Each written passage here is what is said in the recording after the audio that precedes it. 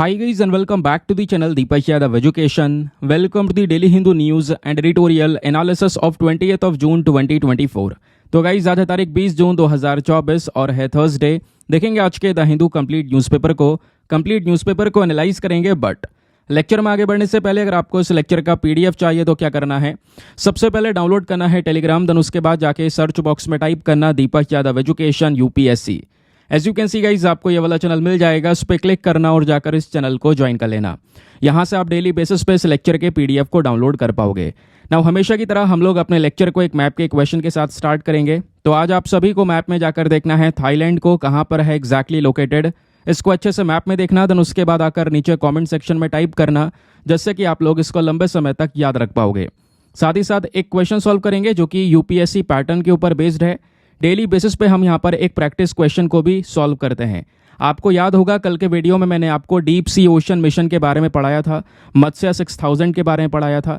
तो उसी के बेसिस पे दोस्तों आज आपके सामने 3 स्टेटमेंट्स हैं, बताना है इनमें से कौन सा स्टेटमेंट सही है। पहला स्टेटमेंट बोलता है कि जो मत्स्य 6000 है ये बेसिकली एक सबमर्सिबल व्हीकल का नेम है जिसको डेवलप किया गया है under the deep sea ocean mission. Second statement बोलता है कि जो ministry of environment, forest and climate change है ये एक नोडल एजेंसी है, यानी इसी मंत्रालय के अंडर में ये जो डीप सी ओशन मिशन है इसको इम्प्लीमेंट किया जा रहा है। थर्ड स्टेटमेंट बोलता है कि जो ये मिशन है इसका मेन जो एम है, मेन मकसद है वो है इंडिजीनियस टेक्नोलॉजीज़ को डेवलप करना, खुद की अपनी टेक्नोलॉजी बनाना जिससे हम डीप सी को एक्सप्लोर कर सकें और रिसोर्स को प्रॉपर तरीके से यूटिलाइज कर सकें। तो बताइए तीनों में से कौन सा स्टेटमेंट सही है। लॉजिक लगाइए और इसको सॉल्व कीजिए। कल ही हमने इसके बारे में डिस्कशन किया है। Option number A 1 and 2 only, B 2 and 3 only, C 1 and 3 only, या फिर डी तीनों के तीनों सही हैं।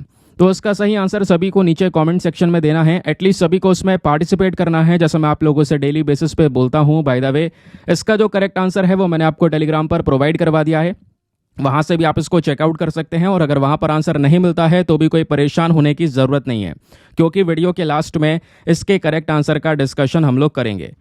तो चलो शुभारंभ करते हैं और चलते हैं सबसे पहले थंबनेल वाले इंपॉर्टेंट आर्टिकल की तरफ। तो दोस्तों आज के न्यूज़पेपर में आपने देखा होगा नालंदा यूनिवर्सिटी की काफ़ी चर्चा हुई है, और जैसा आपको पता होगा इस लेक्चर में हमने दोनों वीडियोस अपने कंबाइन कर दिए हैं। तो यानी कि एक ही वीडियो में आपके सभी करंट अफेयर्स कवर हो रहे हैं। द हिंदू के साथ साथ इंडियन एक्सप्रेस के भी जो इंपॉर्टेंट न्यूज़ आर्टिकल हैं, short news article, very long news article, साथ ही साथ में इंपॉर्टेंट एडिटोरियल्स, वहाँ पे राइटर के ओपिनियन, डेली बेसिस पे प्रीलिम्स के क्वेश्चंस, मेंस के क्वेश्चंस, हर एक चीज़ों को केवल एक ही वीडियो में कंपाइल कर दिया गया है। यानी एक वीडियो देखने के बाद में आपको करंट अफेयर्स के लिए कुछ और चीज़ पर्टिकुलर डे के अंदर में रेफर करने की ज़रूरत नहीं है। अब बात यहाँ पे आती है आर्टिकल की। तो आपने देखा होगा आज के अखबार में ये आर्टिकल प्रेजेंट है जहाँ पे बात हो रही है प्रधानमंत्री नरेंद्र मोदी जी ने अभी नालंदा यूनिवर्सिटी कैंपस का उद्घाटन किया है बिहार में। ये कुछ फोटोज़ वगैरह कल आपने देखे होंगे ट्रेंडिंग पर सेट हुए थे। तो नालंदा यूनिवर्सिटी का जो इतिहास है वो लगभग बहुत पुराना है, और बताया जा रहा है कि 815 साल बाद दोस्तों वापस से ये यूनिवर्सिटी को तैयार किया गया है, उद्घाटन हुआ है। लेकिन जैसा इसका इतिहास था उस तरीके से वापस से उन चीज़ों को अचीव करना थोड़ा सा टिपिकल है, काफ़ी समय लगने वाला है। लेकिन वो चीज़ें क्या हम कर पाएंगे, आज के इस लेक्चर में हम जानने की कोशिश करेंगे। नालंदा यूनिवर्सिटी एक बहुत इंपॉर्टेंट मुद्दा बन चुका है इस समय का, तो एग्जामिनेशन के लिए हर एक बेसिक चीज़ पता होनी चाहिए। ये टॉपिक आपका हिस्ट्री के पॉइंट ऑफ व्यू से भी इंपॉर्टेंट है। तो चलिए एक एक करके विस्तार से हर एक चीज़ को समझेंगे और पूरा इतिहास आपको बताऊंगा। नालंदा यूनिवर्सिटी के साथ में क्या हुआ, ये भारत की शान किसने जलाई, ये सब कुछ यहाँ पे दोस्तों बहुत डिटेल से कवर करने वाले हैं हम लोग। चलिए तो सबसे पहले दोस्तों यहाँ पर ये कुछ फोटोज़ वगैरह आपने देखे होंगे, कल पूरी तरह से ट्रेंडिंग में थे नालंदा यूनिवर्सिटी के। नालंदा यूनिवर्सिटी में अभी यहाँ पर कोई चीज़ जो बची हुई थी वो कुछ इस प्रकार का स्ट्रक्चर बचा हुआ है। अदरवाइज इतिहास में इसको जब डिस्ट्रॉय किया गया था बख्तियार खिलजी के थ्रू तो सभी कुछ बर्बाद कर दिया गया था। तो अभी ये स्ट्रक्चर है, इसी को यहाँ पर दोस्तों वापस से रीडेवलप किया गया है। एक कह सकते हो कि नया यूनिवर्सिटी बनाने के ऊपर फोकस किया जा रहा है, जो अभी तैयार भी किया, नया कैंपस का उद्घाटन किया गया है। वो नया कैंपस कैसा दिखता है आगे वो भी मैं आपके साथ में शेयर करने वाला हूँ। चलिए सबसे पहली चीज़ बात यह है कि कल तारीख थी 19 जून 2024। तो 19 जून को प्रधानमंत्री नरेंद्र मोदी जी ने नालंदा यूनिवर्सिटी का जो नया कैंपस है, ये जो नया कैंपस है दोस्तों ये कहाँ पे बनाया गया है। जो हमारा पुराना जो कैंपस बना हुआ है ना, पुराने कैंपस में जो यहाँ पर कह सकते हो चीज़ें बची हुई हैं जिसको बर्बाद कर दिया गया था, जला दिया गया था, उसके बाद जो चीज़ें बची हुई हैं वो सब दोस्तों बिहार में है आज के समय पर, राजगीर में। तो उसी के जस्ट पास में एक नया कैंपस बनाया गया है, पूरा कंप्लीट नया कैंपस। और जब इसका उद्घाटन हुआ तो हमारे external affair minister S Jaishankar ji भी प्रेजेंट थे। साथ ही साथ में दोस्तों 17 अलग अलग हमने अपने पार्टनर कंट्रीज़ के जो एम्बेसडर्स हैं उनको भी बुलाया था, वो सभी लोग इस इवेंट में प्रेजेंट थे, ये यहाँ पर बोला जा रहा है। उसके अलावा ये ध्यान रखिएगा, नालंदा जो साइट है पूरी, ये जो एंशंट साइट है, इसको यूएन हेरिटेज साइट का डेजिग्नेशन भी दिया जा चुका है, वो भी 2016 में। जो नया कैंपस है जस्ट उसी के पास में बना है जो पहले वाला स्ट्रक्चर था। और नया कैंपस का दोस्तों कुछ इस प्रकार का फोटोज वगैरह आपको देखने को मिल जाते हैं। सही है, अब थोड़ा सा यहाँ पे नए कैंपस के बारे में बेसिक चीज़ें जान लेते हैं, फिर आगे हम इतिहास के बारे में जानेंगे कि नालंदा यूनिवर्सिटी की हिस्ट्री क्या थी। जो नया कैंपस है, जैसा मैंने बोला, जो पुराना वाला कैंपस है ना, पुराना वाला जो एंशिएंट रूइंस है जो भी यहाँ पर बचा हुआ है, उसी के जस्ट पास में यहाँ पर बनाया गया। इनॉग्रेशन डेट पता है, फिर उसके अलावा कौन कौन प्रेजेंट था ये मैंने आपको बता दिया। हिस्टोरिकल बैकग्राउंड देखें दोस्तों तो वैसे तो यहाँ पर ये जो नालंदा यूनिवर्सिटी है, अगर हम इसको देखें तो एक बहुत इंपॉर्टेंट लर्निंग सेंटर हुआ करता था। आज के समय पर यह बिहार में प्रेजेंट है। इसकी एक बड़ी हिस्ट्री रही है दोस्तों, 427 से लेकर 1197 एडी तक। नालंदा यूनिवर्सिटी को 5th सेंचुरी एडी में फाउंड किया गया था। एक बहुत ही ज़्यादा प्रेस्टिजियस इंस्टीट्यूशन यहाँ पर दोस्तों इसको माना गया था। दुनिया भर से लोग आते थे इसके अंदर में पढ़ने के लिए। इतने समय पहले की बात कर रहा हूँ। ऑक्सफोर्ड यूनिवर्सिटी का आपने नाम सुना होगा, उससे भी पुरानी यूनिवर्सिटी है ये नालंदा यूनिवर्सिटी। तो होता यह है कि 1193 एडी में नालंदा यूनिवर्सिटी को पूरी तरह से यहाँ पर जब अटैक करके बर्बाद कर दिया था बख्तियार खिलजी ने, तो उसके बाद लंबे समय तक इस यूनिवर्सिटी को रिवाइव करने की कहीं पर बातचीत नहीं हुई। तो दोस्तों यहाँ पे होता यह है, जो हमारे फॉर्मर प्रेसिडेंट हैं एपीजे अब्दुल कलाम जी, उन्होंने यहाँ पर इस यूनिवर्सिटी को वापस से लाने के ऊपर यहाँ पे सबसे पहला प्रपोजल दिया। और इसी के बेसिस पर पार्लियामेंट से एक एक्ट आया 2010 में, और ऑपरेशन शुरू हो गया इस यूनिवर्सिटी को रिवाइव करने का। और ऑपरेशन शुरू होता है 1 सितंबर 2014 में। अभी जो नया कैंपस एरिया दोस्तों 455 एकड़ में फैला हुआ है। आर्किटेक्चर देखेंगे तो पुराना जो हमारा आर्किटेक्चर है उसका भी इस्तेमाल किया गया है, प्लस मॉडर्न आर्किटेक्चर भी यूज़ किया है। दोनों को कंबाइन करके नया कैंपस बनाया गया है। बताया जा रहा है नए कैंपस के अंदर में 40 क्लासरूम्स आपको देखने को मिलेंगे। 300 जो सीट ऑडिटोरियम्स होते हैं, इस प्रकार के 2 ऑडिटोरियम्स हैं, प्लस हॉस्टल है 550 स्टूडेंट्स के लिए, प्लस 2000 सीट का कह सकते हो एम्फी थिएटर है। साथ ही साथ में स्पोर्ट्स कॉम्प्लेक्स, इंटरनेशनल सेंटर्स, इन सब चीज़ों को यहाँ पे लाया गया है। फिर बताया जा रहा है कि यहाँ पे जो स्टूडेंट्स हैं बाहर से, उनको भी यहाँ पर होस्ट किया जाएगा। जो फैकल्टीज़ हैं अलग अलग कंट्रीज से, उनको भी यहाँ पर लाया जाएगा। हमारा मेन मकसद है नालंदा यूनिवर्सिटी का जो इतिहास है, उसकी जो पहचान थी, उसको वापस से लेके आना। क्योंकि दोस्तों प्रॉब्लम क्या है, एक चीज़ को पूरी जड़ से बनाना, स्क्रैच से बनाना उसको, वो थोड़ा सा मुश्किल होता है कि हाँ बिल्कुल जड़ से उस चीज़ को बनाना है, उसकी यहाँ पर इमेज बिल्ड करनी है। लेकिन एक ऑलरेडी बनी बनाई चीज़ है, दुनिया में बहुत ही ज़्यादा प्रेस्टिजियस इंस्टीट्यूशन, उसको पूरी तरह से कोई आके बर्बाद कर देता है। कोई बाहर का टर्की से आया हुआ टर्किश इन्वेडर आके यहाँ पे उसको बर्बाद कर देता है। अब उस चीज़ को वापस से रिवाइव कर पाना दोस्तों वो थोड़ा सा टिपिकल हो जाता है। अब इतिहास की हम बात कर रहे थे, ये मैंने आपके इसके बारे में कुछ चीज़ें शेयर की हैं।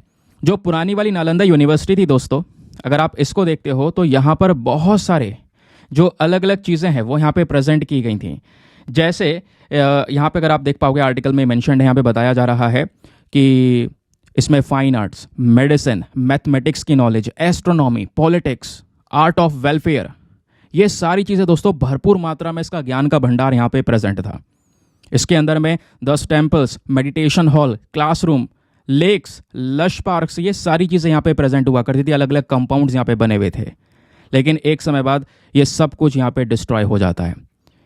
अब पहला क्वेश्चन हमारे लिए आता है कि आखिरकार नालंदा यूनिवर्सिटी को किसके थ्रू बनाया गया था। नालंदा यूनिवर्सिटी दोस्तों बनाई गई थी जो गुप्ता डायनेस्टी थी उसके शासन के समय पर। तो गुप्ता डायनेस्टी जो चल रही थी, वो शासन जब चल रहा था तो उसी दौरान इस यूनिवर्सिटी को बनाया गया। बताया जाता है कि गुप्ता डायनेस्टी के जो कुमार गुप्ता वन थे, उन्होंने यहाँ पर नालंदा यूनिवर्सिटी को बनाया। ठीक है, लगभग 5th सेंचुरी सी के समय पर। इन्हीं को ये क्रेडिट दिया जाता है कि नालंदा यूनिवर्सिटी बिहार में इन्हीं के थ्रू बनाई गई है, लगभग 5वीं शताब्दी में, 5th सेंचुरी एडी के समय पर। तो कुमार गुप्ता वन का एक इम्पॉर्टेंट रोल रहा है इस प्रेस्टिजियस इंस्टीट्यूशन की फाउंडेशन को रखने में।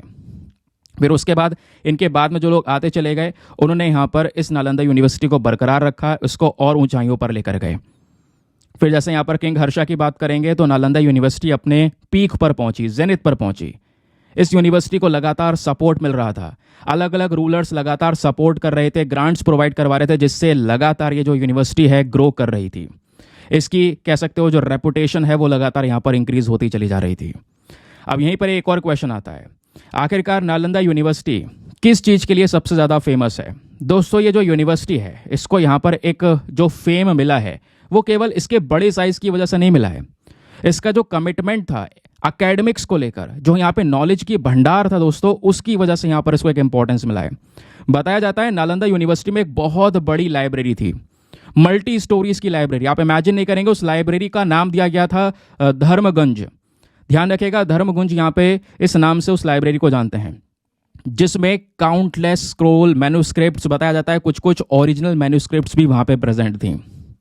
दुनिया भर के अलग अलग जगह से जो इंपॉर्टेंट टेक्स्ट थे वो यहाँ पे प्रेजेंट थे। ये जो लाइब्रेरी है ये वाकई में ज्ञान का पूरा एक बहुत बड़ा सागर हुआ करती थी।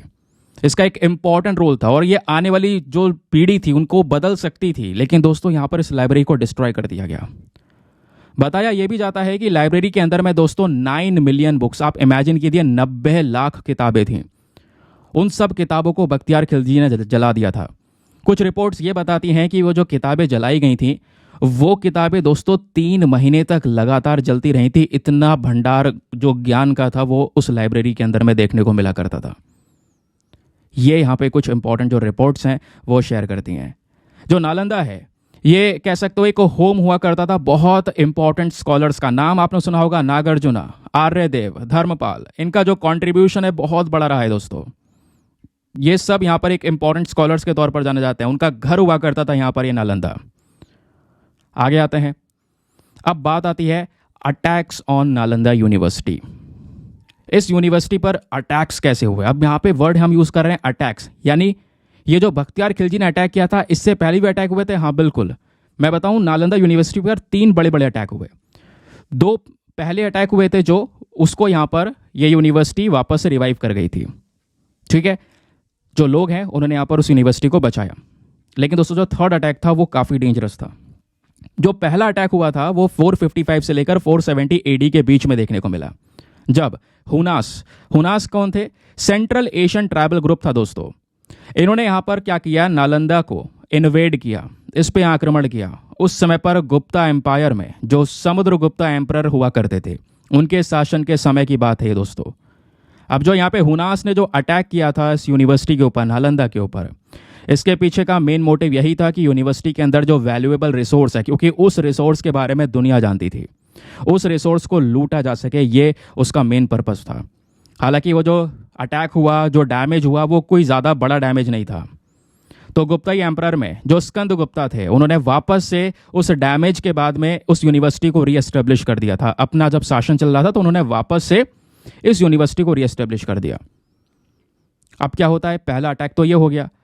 दूसरे अटैक को दोस्तों जब हम लोग यहाँ पर देखते हैं, जो सेकंड अटैक था वो लगभग 7th सेंचुरी के समय पर हुआ, जब गौड़ाज राजवंश, बंगाल के एम्परर, इन लोगों ने यहाँ पर टारगेट किया नालंदा को। अब ये रीज़न था पॉलिटिकल टेंशन्स की वजह से। पॉलिटिकल टेंशन चल रहे थे हर्षवर्धन जो कन्नौज के एम्परर थे उनके साथ में, जिस बेसिस पर यहाँ पे जो गौड़ाज राजवंश थे इन लोगों ने टारगेट बनाया नालंदा को। और जो ये अटैक था दोस्तों ये पूरी तरह से पॉलिटिकल राइवलरी के थ्रू मोटिवेटेड था। इसकी वजह से भी कुछ डिस्ट्रक्शन हुआ। लेकिन क्या होता है, हर्षवर्धन जी के जो एफर्ट थे उन्होंने वापस से इस यूनिवर्सिटी को रिस्टोर किया और नालंदा का जो यहाँ पर कह सकते हो इतिहास था उसको इस तरीके से बरकरार रखा, उसका इंपॉर्टेंस को बरकरार रखा। हालांकि यहाँ पर यह भी इंसिडेंट था जिसके वजह से थोड़ा सा डैमेज हुआ, लेकिन इतना बड़ा डैमेज नहीं हो पाया, हर चीज़ को वापस से रिवाइव कर लिया गया। तो 2 अटैक्स ये हुए। तीसरा जो अटैक था दोस्तों ये सबसे ज़्यादा खतरनाक था। लगभग 1193 एडी की बात है। नालंदा यूनिवर्सिटी में अब जो अटैक होता है तीसरा, ये सबसे भयंकर अटैक था। ये अटैक किया गया था बख्तियार खिलजी के थ्रू, एक जनरल जो कि कुतुबुद्दीन ऐबक के अंडर में सर्व कर रहा था। अब जितने भी यूनिवर्सिटी के ऊपर पुराने अटैक्स हुए थे दोस्तों उनको अगर हम देखें तो उनके कंपैरिजन में ये वाला जो इन्वेजन था ये ज़्यादा फेटल था, इसकी वजह से यूनिवर्सिटी को भयंकर नुकसान हुआ और कहीं ना कहीं नालंदा यूनिवर्सिटी का जो प्रोमिनेंस था, इंपॉर्टेंस था, यहीं पर समाप्त हो गया इस अटैक के बाद। तो यहाँ पे बख्तियार खिलजी ने आखिरकार नालंदा पर अटैक क्यों किया, ये भी एक रीज़न आता है। अब दोस्तों यहाँ पे जैसे आपने देखा पुराने किस्सों में कुछ पॉलिटिकल रीजंस वगैरह थे, यहाँ पे कोई पॉलिटिकल रीजन नहीं थे, यहाँ पे पर्सनल रीजन थे। आप पहले वाला अटैक देखोगे तो वो लोग क्या चाहते थे, वो रिसोर्सेज को लूटना चाहते थे। दूसरा पॉलिटिकल टेंशन हो गया। यहाँ पर ये इंसान पर्सनली जेलस, इनसिक्योरिटी, ये एक मेन रीजन था। ये आप देखना जेलस जो है वो क्या करवा सकती है इंसान से। इस इंसान ने जेलसी के चक्कर में, जलन के चक्कर में पूरी यूनिवर्सिटी को बर्बाद कर दिया। अब हुआ क्या था, कई सारे जो अलग अलग रिसोर्सेज है दोस्तों यहाँ पे ये बताते हैं कि बख्तियार खिलजी एक समय बहुत ज़्यादा बीमार था, यानी उसकी हेल्थ बहुत ज़्यादा ख़राब थी। अब उसको मेडिकल हेल्प की ज़रूरत थी। सारे हकीम वगैरह जितने भी लोग थे सबको वो ट्राई कर चुका था, बट हुआ क्या, कोई भी यहाँ पे बख्तियार खिलजी को ठीक नहीं कर पाया। अब क्या होता है, कोई राय देता है कि भाई नालंदा यूनिवर्सिटी के प्रिंसिपल हैं, नाम है राहुल श्री भद्रा, आप इनसे एक बार इलाज करवाइए, क्या पता आप ठीक हो जाएं। बख्तियार खिलजी यहाँ पे ये इलाज नहीं करवाना चाहता था, ठीक है। ये टर्की से आया था, टर्किश इन्वेडर था, तो ये किसी गैर मुस्लिम से दोस्तों इलाज नहीं करवाना चाहता था। लेकिन जब तबीयत खराब होती चली गई तो उसके बाद यहाँ पर सोचा कि चलो ठीक है करवा लेते हैं इलाज। तो बुलाया गया राहुल श्री भद्रा जी को, जो नालंदा यूनिवर्सिटी के प्रिंसिपल थे उस समय पर। तो उनसे कहा गया कि आप इनको ठीक कीजिए। लेकिन दोस्तों यहाँ पर जब वो ठीक कर रहे थे, ट्रीटमेंट दे रहे थे, तो बख्तियार खिलजी ने उनके सामने एक शर्त रख दी। शर्त यह है कि मैं कोई भी दवा जो आप दोगे वो नहीं खाऊंगा, बिना दवा के ठीक करना होगा। तो राहुल श्री भद्रा जी यहाँ पर सुने, बोले ठीक है चलो। फिर क्या होता है, वो यहाँ पर बख्तियार खिलजी को एक कुरान दे देते हैं और कुरान दे के कहते हैं भाई इसके 2-2 पन्ने 3-3 पन्ने रोज़ रोज़ पढ़ते रहना। अब वो यहाँ पर रोज़ रोज़ पढ़ रहे थे। अब पढ़ते पढ़ते दोस्तों यहाँ पर क्या होता है, बख्तियार खिलजी सही हो जाता है, ठीक है। अब वो सही हो जाता है, जो हकीम जो भी लोग थे वो जो कोई भी सही नहीं कर पाया, वो यहाँ पर राहुल श्री भद्रा जी ने सही कर दिया। अब वही चीज़ दोस्तों यहाँ पे क्या होता है, बख्तियार खिलजी को कह सकते हो हजम नहीं होती है।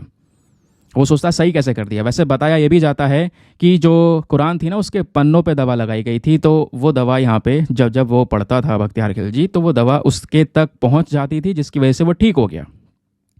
अब दोस्तों यहाँ पर इसकी वजह से जो खिलजी है काफ़ी इनसिक्योर हो गया कि हमारे पास में नॉलेज नहीं है, कितने लोगों को मैंने ट्राई किया ऐसा कुछ भी नहीं हुआ, और इसके पास में इतनी सारी नॉलेज है।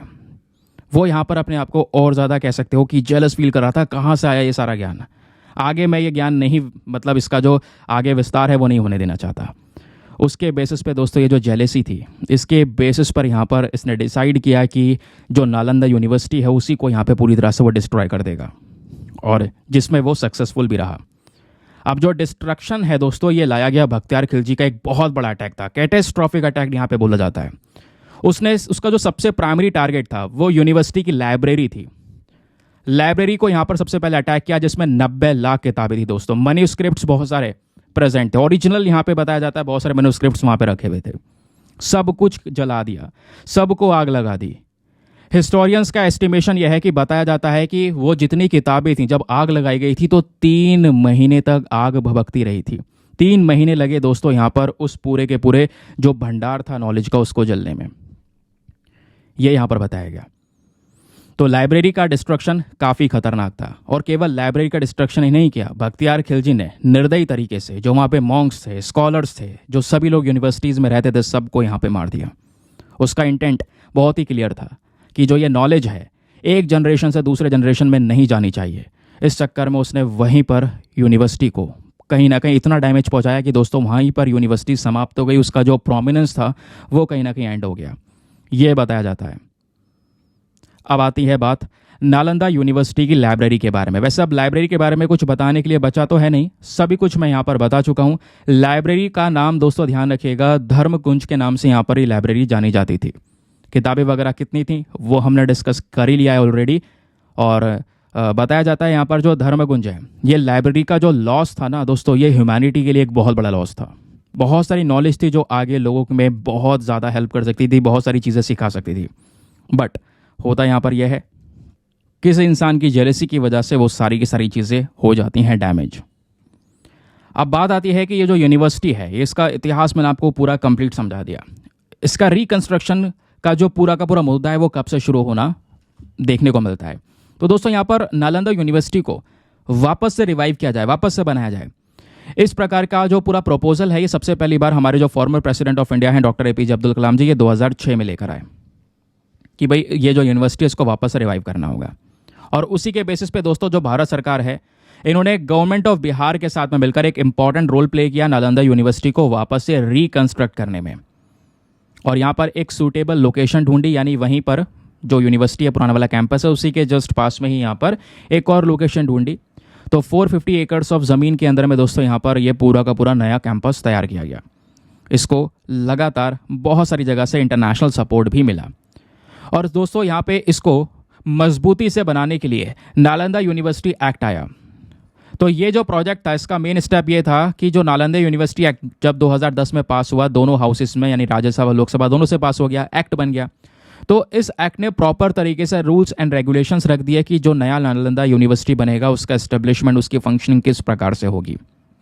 फिर सितंबर 2014 में नालंदा यूनिवर्सिटी के फिर से एक बार दरवाजे खुलते हैं और पहला जो बैच है स्टूडेंट्स का वो यहाँ पर पढ़ाया जाता है। एक कह सकते हो कि वापस से हिस्टोरिक मोमेंट क्रिएट होता है लगभग 8 सेंचुरीज़ के बाद से। तो ये जो नई यूनिवर्सिटी है इसका मेन फोकस है स्टडीज़ के ऊपर में। हालांकि अभी यहाँ पर चीज़ों को पहले की तरह रिवाइव कर पाना मुश्किल है, बस हमारा टारगेट होगा कि हम उसको पहले की तरह कर सकें, वही इंपॉर्टेंस दे सकें जो पहले इंपॉर्टेंस मिला करता था। वो सारी चीज़ें होंगी नॉलेज के बेसिस पर, क्योंकि मैं आपको पहले ही बता चुका हूँ नालंदा यूनिवर्सिटी अपने ह्यूज साइज़ की वजह से नहीं जानी जाती थी तो अपने जो वहाँ पे नॉलेज प्रेजेंट था उसकी वजह से। अब धीरे धीरे दोस्तों एक नया कैंपस डेवलप किया है जिसके बेसिस पर यहाँ पे बताया जाता है कि अब जो चीज़ें हैं वो वापस से रिवाइव होंगी, शुरू होंगी। अब यहाँ पे आपके लिए कुछ 4 क्वेश्चंस है फ्रीक्वेंटली यहाँ पे पूछे जा रहे हैं। आप बताइएगा, देखते हैं कितना याद है आपको। सबसे पहला क्वेश्चन है, बताइए who established the Nalanda university. Nalanda university यहाँ पर किसने बनाई है, नाम लिख दो फटाफट नीचे कमेंट सेक्शन में। दूसरा, what was the name of the library at Nalanda. Nalanda में जो लाइब्रेरी थी उसका नाम क्या बताया था मैंने, बताइए। फिर who destroyed the Nalanda university, मुझे नहीं लगता आप भूलोगे, याद ही रखोगे। फिर चौथा क्वेश्चन है यहाँ पर, did Nalanda burn for 3 months, क्या 3 महीने तक नालंदा जलता रहा था। बताइए चारों के यहाँ पर उत्तर क्या होने चाहिए फटाफट नीचे कमेंट सेक्शन में। आगे आते हैं। आगे बढ़ने से पहले दोस्तों एक इंपॉर्टेंट इन्फॉर्मेशन, अगर आप लोग हमारे पेड ग्रुप्स को ज्वाइन करना चाहते हैं आपके पास में बढ़िया मौका है इसको ज्वाइन करने का। यहाँ पर डेली बेसिस पे करंट नोट्स के पीडीएफ वगैरह प्रोवाइड करवाए जाते हैं। फॉर एग्जांपल जैसे आपने देखा ये आर्टिकल हमने डिस्कस किया, इस आर्टिकल में इतना इंपॉर्टेंस नहीं था, इस आर्टिकल के पीछे का बहुत सारा बैकग्राउंड डेटा, ये सभी बैकग्राउंड डेटा दोस्तों आपको दिखाई दे रहा है। ये सब आपको पीडीएफ में कंपाइल करके दिया जाता है, एक ऐसा पीडीएफ जो प्रिंटेबल फॉर्म में होता है जिसका प्रिंट आउट निकलवा सकते हैं। यहाँ पे एक ऐसा पीडीएफ मिलता है जो हिंदी इंग्लिश दोनों भाषाओं में होता है। इस ग्रुप में आपका सारा का सारा कंटेंट सिक्योर हो जाता है। कहने का मतलब है पीडीएफ्स आपके सिक्योर तरीके से स्टोर्ड हैं। किसी भी तारीख का पीडीएफ उठाओ, डाउनलोड करो, पढ़ो, डिलीट करो, अनलिमिटेड ऑप्शंस दोस्तों आपके पास में अवेलेबल हो जाते हैं। और इस ग्रुप को ज्वाइन करने का जो फी पेमेंट है वो बहुत मिनिमम है, just 499 for the lifetime access. जब तक आपका सिलेक्शन ना हो जाए तब तक आप 499 में ग्रुप को ज्वाइन करके रख सकते हैं। बाकी दोस्तों गारंटी है कुछ दिनों बाद आपका अमाउंट रिकवर हो जाएगा, लेकिन बेनिफिट्स फिर भी मिलते रहेंगे। ग्रुप को ज्वाइन करने के लिए क्या करना है, व्हाट्सएप पर जाना, यहाँ पर आपको एक नंबर दिया गया है 8534873368। इस नंबर पर मैसेज कर देना कि हाँ I want to join this group. वहाँ पे आपको रिप्लाई मिलेगा, पेमेंट का प्रोसेस दिया जाएगा और उससे ज़्यादा इंपॉर्टेंट आपको डेमो वीडियो का लिंक भी मिलेगा। आप उसको भी चेक कर सकते हैं, देख सकते हैं मुझे किस तरीके से यहाँ पे सेटिस्फेक्शन मिलेगा। अपने आप को कंप्लीटली सेटिस्फाई करने के बाद में जाकर ये इन्वेस्टमेंट कर सकते हैं। ठीक है, बाकी दोस्तों यार मेक श्योर क्या करो, वीडियो पे जो लाइक का बटन है उसको प्रेस कर दिया करो। 5000 लाइक्स का टारगेट है जिसको आप सभी लोग सपोर्ट कर सकते हैं। अगला आर्टिकल, यहाँ पर मैं एक बात और आप लोगों से बताना चाहता हूँ। कई लोग यहाँ पर बोल रहे थे जैसे इस वीडियो में हमने काफ़ी कंटेंट ऐड कर दिया है ना, बहुत सारी चीज़ें डिटेल से डिस्कस कर रहे हैं, 360 डिग्री में एनालिसिस कवर कर रहे हैं, क्योंकि यूपीएससी की जब बात होती है दोस्तों हर एक चीज़ कवर करनी ज़रूरी है। ठीक है, तो काफ़ी लोग पूछ रहे सर द हिंदू के कुछ आर्टिकल छूट जाते हैं रोज़, तो उसकी टेंशन मत लेना, बिल्कुल भी टेंशन मत लेना, क्योंकि द हिंदू आपका कंप्लीटली कवर होता है। क्योंकि ये चीज़ मैंने ऐड कर दी है, जैसे कि मान लो आज हमने न्यूज़पेपर कवर किया, उसमें कोई टॉपिक रह भी गए हैं तो उसके लिए परेशान मत होना, अगले दिन भी कवर हो सकते हैं वो, और प्रॉपर रिसर्च के साथ में कवर हो सकते हैं। जैसे यहाँ पे कुछ टॉपिक जो आपके पिछले 2 दिनों में एक आध टॉपिक रह गए हैं जो इंपॉर्टेंट थे, उनको मैंने वीडियो में इंक्लूड कर दिया है। तो क्या होगा कि जिस दिन न्यूज़पेपर कवर किया जाएगा उसके शाम को एक बार फिर से उसी अखबार को देख लिया जाएगा, जो कुछ छूट रहा होगा उसको प्रॉपर रिसर्च के साथ में वापस आपके सामने प्रेजेंट किया जाएगा। तो न्यूज़पेपर की तरफ से तो फिक्र जो आपकी टेंशन है पूरी तरह से ख़त्म कर देना। एडिशनल आर्टिकल्स और मिल रहे हैं आपको, है ना, फैक्चुअल डेटा के साथ में वो चीज़ें और प्रोवाइड करवाई जा रही हैं। ठीक है, अब ये टॉपिक एग्जाम के लिए बहुत इंपॉर्टेंट है, बहुत ज़्यादा। और यहीं पर दोस्तों आज मैं आपको मेंस का क्वेश्चन भी देने वाला हूं, तो इसको बहुत अच्छे से आपने सुनना होगा। बात हो रही है women panel receive over 12,600 complaints in 2024। तो साल 2024 में यहाँ पर जो वेमेन पैनल है, महिलाओं के लिए जो अलग अलग कमीशन बात करते हैं, specially national commission for women की बात हो रही है। यहाँ पे महिलाओं की जो सेफ्टी है या कोई और डिस्क्रिमिनेशन है या कोई और वॉयलेंस है, तो उससे संबंधित जितने भी कंप्लेंट्स है वो सब इसमें रजिस्टर की जाती हैं। तो बताया जा रहा है कि इन ये पैनल्स के अंदर में 2024 में लगभग 12,600 कंप्लेंट्स महिलाओं को लेकर यहाँ पे सबमिट की गई हैं। और उन कंप्लेंट्स में सबसे ज़्यादा कंप्लेंट्स दर्ज करवाई गई हैं उत्तर प्रदेश से, लगभग 6,492 कंप्लेंट्स, फिर दिल्ली से, then Maharashtra, then Bihar, then Madhya Pradesh, then Haryana, then Rajasthan, then West Bengal, then Karnataka, then Tamil Nadu, then उसके बाद अदर स्टेट्स। सबसे ज़्यादा कंप्लेंट्स आई है यूपी से, फिर दूसरा यहाँ पे सबसे ज़्यादा कंप्लेंट आई है दिल्ली से, वेमेन से रिलेटेड। अब कंप्लेंट्स में जो क्राइम हुए हैं अलग अलग क्राइम्स हैं, जैसे कुछ कंप्लेंट सेक्सुअल हैरेसमेंट से हैं, कुछ कंप्लेंट साइबर क्राइम से रिलेटेड हैं, है ना, कुछ कंप्लेंट वेमेन सेफ्टी से रिलेटेड हैं, कुछ कंप्लेंट्स वायलेंस से रिलेटेड हैं। तो ऐसा यहाँ पर आपको ये अलग अलग तरीके के कुछ कंप्लेंट्स मॉलेस्टेशन से रिलेटेड हैं, तो ऐसी कंप्लेंट्स को रजिस्टर किया गया है। अब ये नंबर्स वगैरह हैं। अब एग्जामिनेशन के पर्पज से अगर हम देखें दोस्तों, तो ये आर्टिकल का ज़्यादा इंपॉर्टेंस नहीं है। ज़्यादा इंपॉर्टेंस तब बनेगा जब आप इस नेशनल कमीशन फॉर वेमेन को डिटेल से पढ़ोगे, क्योंकि जीएस पेपर नंबर 2 पॉलिटी के पॉइंट ऑफ व्यू से एक बहुत ही ज़्यादा इंपॉर्टेंट टॉपिक आपको ये देखने को मिलेगा। आइए बहुत विस्तार से मैं आपको समझाने वाला हूँ हर एक चीज़ को, क्योंकि अभी रिसेंटली मणिपुर का इशू भी आपने देखा है ना, तो उस वजह से भी ये जो कमीशन है वो चर्चाओं में आया था। काफ़ी आर्टिकल्स लिखे गए थे, मुझे खुद याद है लास्ट ईयर। तो एक इंपॉर्टेंट मुद्दा नेक्स्ट ईयर के लिए बन सकता है या मेंस के लिए बन सकता है। तो ये टॉपिक हम इस तरीके से कवर करेंगे कि मेंस में तो बहुत ज़्यादा हेल्प होगी, साथ ही साथ प्रीलिम्स के लिए भी इंपॉर्टेंट डेटा मिल जाएगा। चलिए बात करते हैं वेमेन कमीशन होता क्या है। इसमें सबसे पहला इंपॉर्टेंट कमीशन आता है नेशनल कमीशन फॉर वेमेन। देश के स्तर पर महिलाओं की सेफ्टी के लिए यहाँ पर यह कमीशन काम करता है। ये जो कमीशन है दोस्तों एक स्टैच्यूटरी बॉडी है हमारी भारत सरकार के अंदर में, ध्यान रखिएगा, एक पर्टिकुलर एक्ट के माध्यम से यहाँ पर इसको बनाया गया है। इस बॉडी को यहाँ पर काम सौंपा गया है कि हमारी सरकार जब भी कोई पॉलिसी बनाती है, कोई यहाँ पर नीतियाँ वगैरह लेकर चलती है वेमेन से रिलेटेड, तो उस पर्टिकुलर पॉलिसी में एडवाइस देने का काम करता है ये नेशनल कमीशन फॉर वेमेन। इसको बनाया गया था 1992 में, हमारा जो इंडियन कॉन्स्टिट्यूशन है इसके प्रोविजन, इसके प्रावधान के अंदर में। और जैसे मैंने बोला एक स्टैच्यूटरी बॉडी है, तो एक एक्ट के माध्यम से बनाई गई है, तो वो एक्ट है national commission for women act. तो इस कमीशन का मेन ऑब्जेक्टिव, मेन उद्देश्य क्या है? जो महिलाओं के राइट्स हैं, वेमेन के राइट्स, उनको रिप्रेजेंट करना, उनकी आवाज़ उठाना। अब दोस्तों यहाँ पर जो भी ये कैंपेन है उनका मेन सब्जेक्ट क्या है? भाई बड़े बड़े मुद्दे होते हैं वेमेन से रिलेटेड, डाउरी हो गया, पॉलिटिक्स हो गया, रिलीजन, इक्वल रिप्रेजेंटेशन महिलाओं को प्रोवाइड करवाना जॉब्स में, ऐसे मुद्दों को लेकर ये काम करता है। ये जो बॉडी है इसके पास में कई सारी कंप्लेंट्स आती है, उन कंप्लेंट्स को ये इन्वेस्टिगेट भी करता है। कंप्लेंट्स जैसे कि महिलाओं के संबंधित यहाँ पर जो उनसे कोई वायलेंस हो रहा है ना, उनके साथ में या डिस्क्रिमिनेशन हो रहा है या हैरासमेंट हो रहा है या उनके जो राइट्स हैं उनकी सुनवाई नहीं हो रही है, तो वैसे केसेस को इन्वेस्टिगेट करना ये काम एनसीडब्ल्यू का है। अब दोस्तों यहाँ पर ये तो हमने बात करा नेशनल कमीशन फॉर वेमेन की, जो देश के स्तर पे काम करती है, वर्ड लगा हुआ है नेशनल। इसी प्रकार से स्टेट्स के लिए अलग कमीशन है जिसका नाम है स्टेट कमीशन फॉर वेमेन, एससीडब्ल्यू। ठीक है, दोनों के बीच में फर्क है। अब दोस्तों नेशनल कमीशन फॉर वेमेन से अलग अगर हम देखेंगे तो ये जो स्टेट कमीशन है ये हमारे देश में अलग अलग राज्यों और यूनियन टेरिटरीज के लिए वर्क करता है। ये जो कमीशन है इसको भी यहाँ पर हमने स्टेट एक्ट के अंडर में बनाया हुआ है, तो इसके भी वही पावर्स, वही फंक्शंस है जैसे हमारे नेशनल कमीशन के हैं। अब जैसे हमारे पास में कुछ राज्य, यूनियन टेरिटरीज है जिनके पास में अपना खुद का महिलाओं से संबंधित कमीशन है, खुद का स्टेट कमीशन, तो वह राज्यों की लिस्ट यहाँ पे मैंने आपको प्रोवाइड करवा दी, एक बार रीड कर लीजिएगा इसको। अब सवाल यह आता है कि जो वेमेन कमीशन है इनके मेन ऑब्जेक्टिव और फंक्शंस, इनका जो मेन कार्य होता है, मेन उद्देश्य होता है, ये क्या होता है? तो सबसे पहला उद्देश्य वेमेन राइट्स के रिप्रेजेंटेशन को फोकस में रखना। जो नेशनल कमीशन फॉर वेमेन का प्राइमरी ऑब्जेक्टिव है, मेन ऑब्जेक्टिव है, वो क्या है?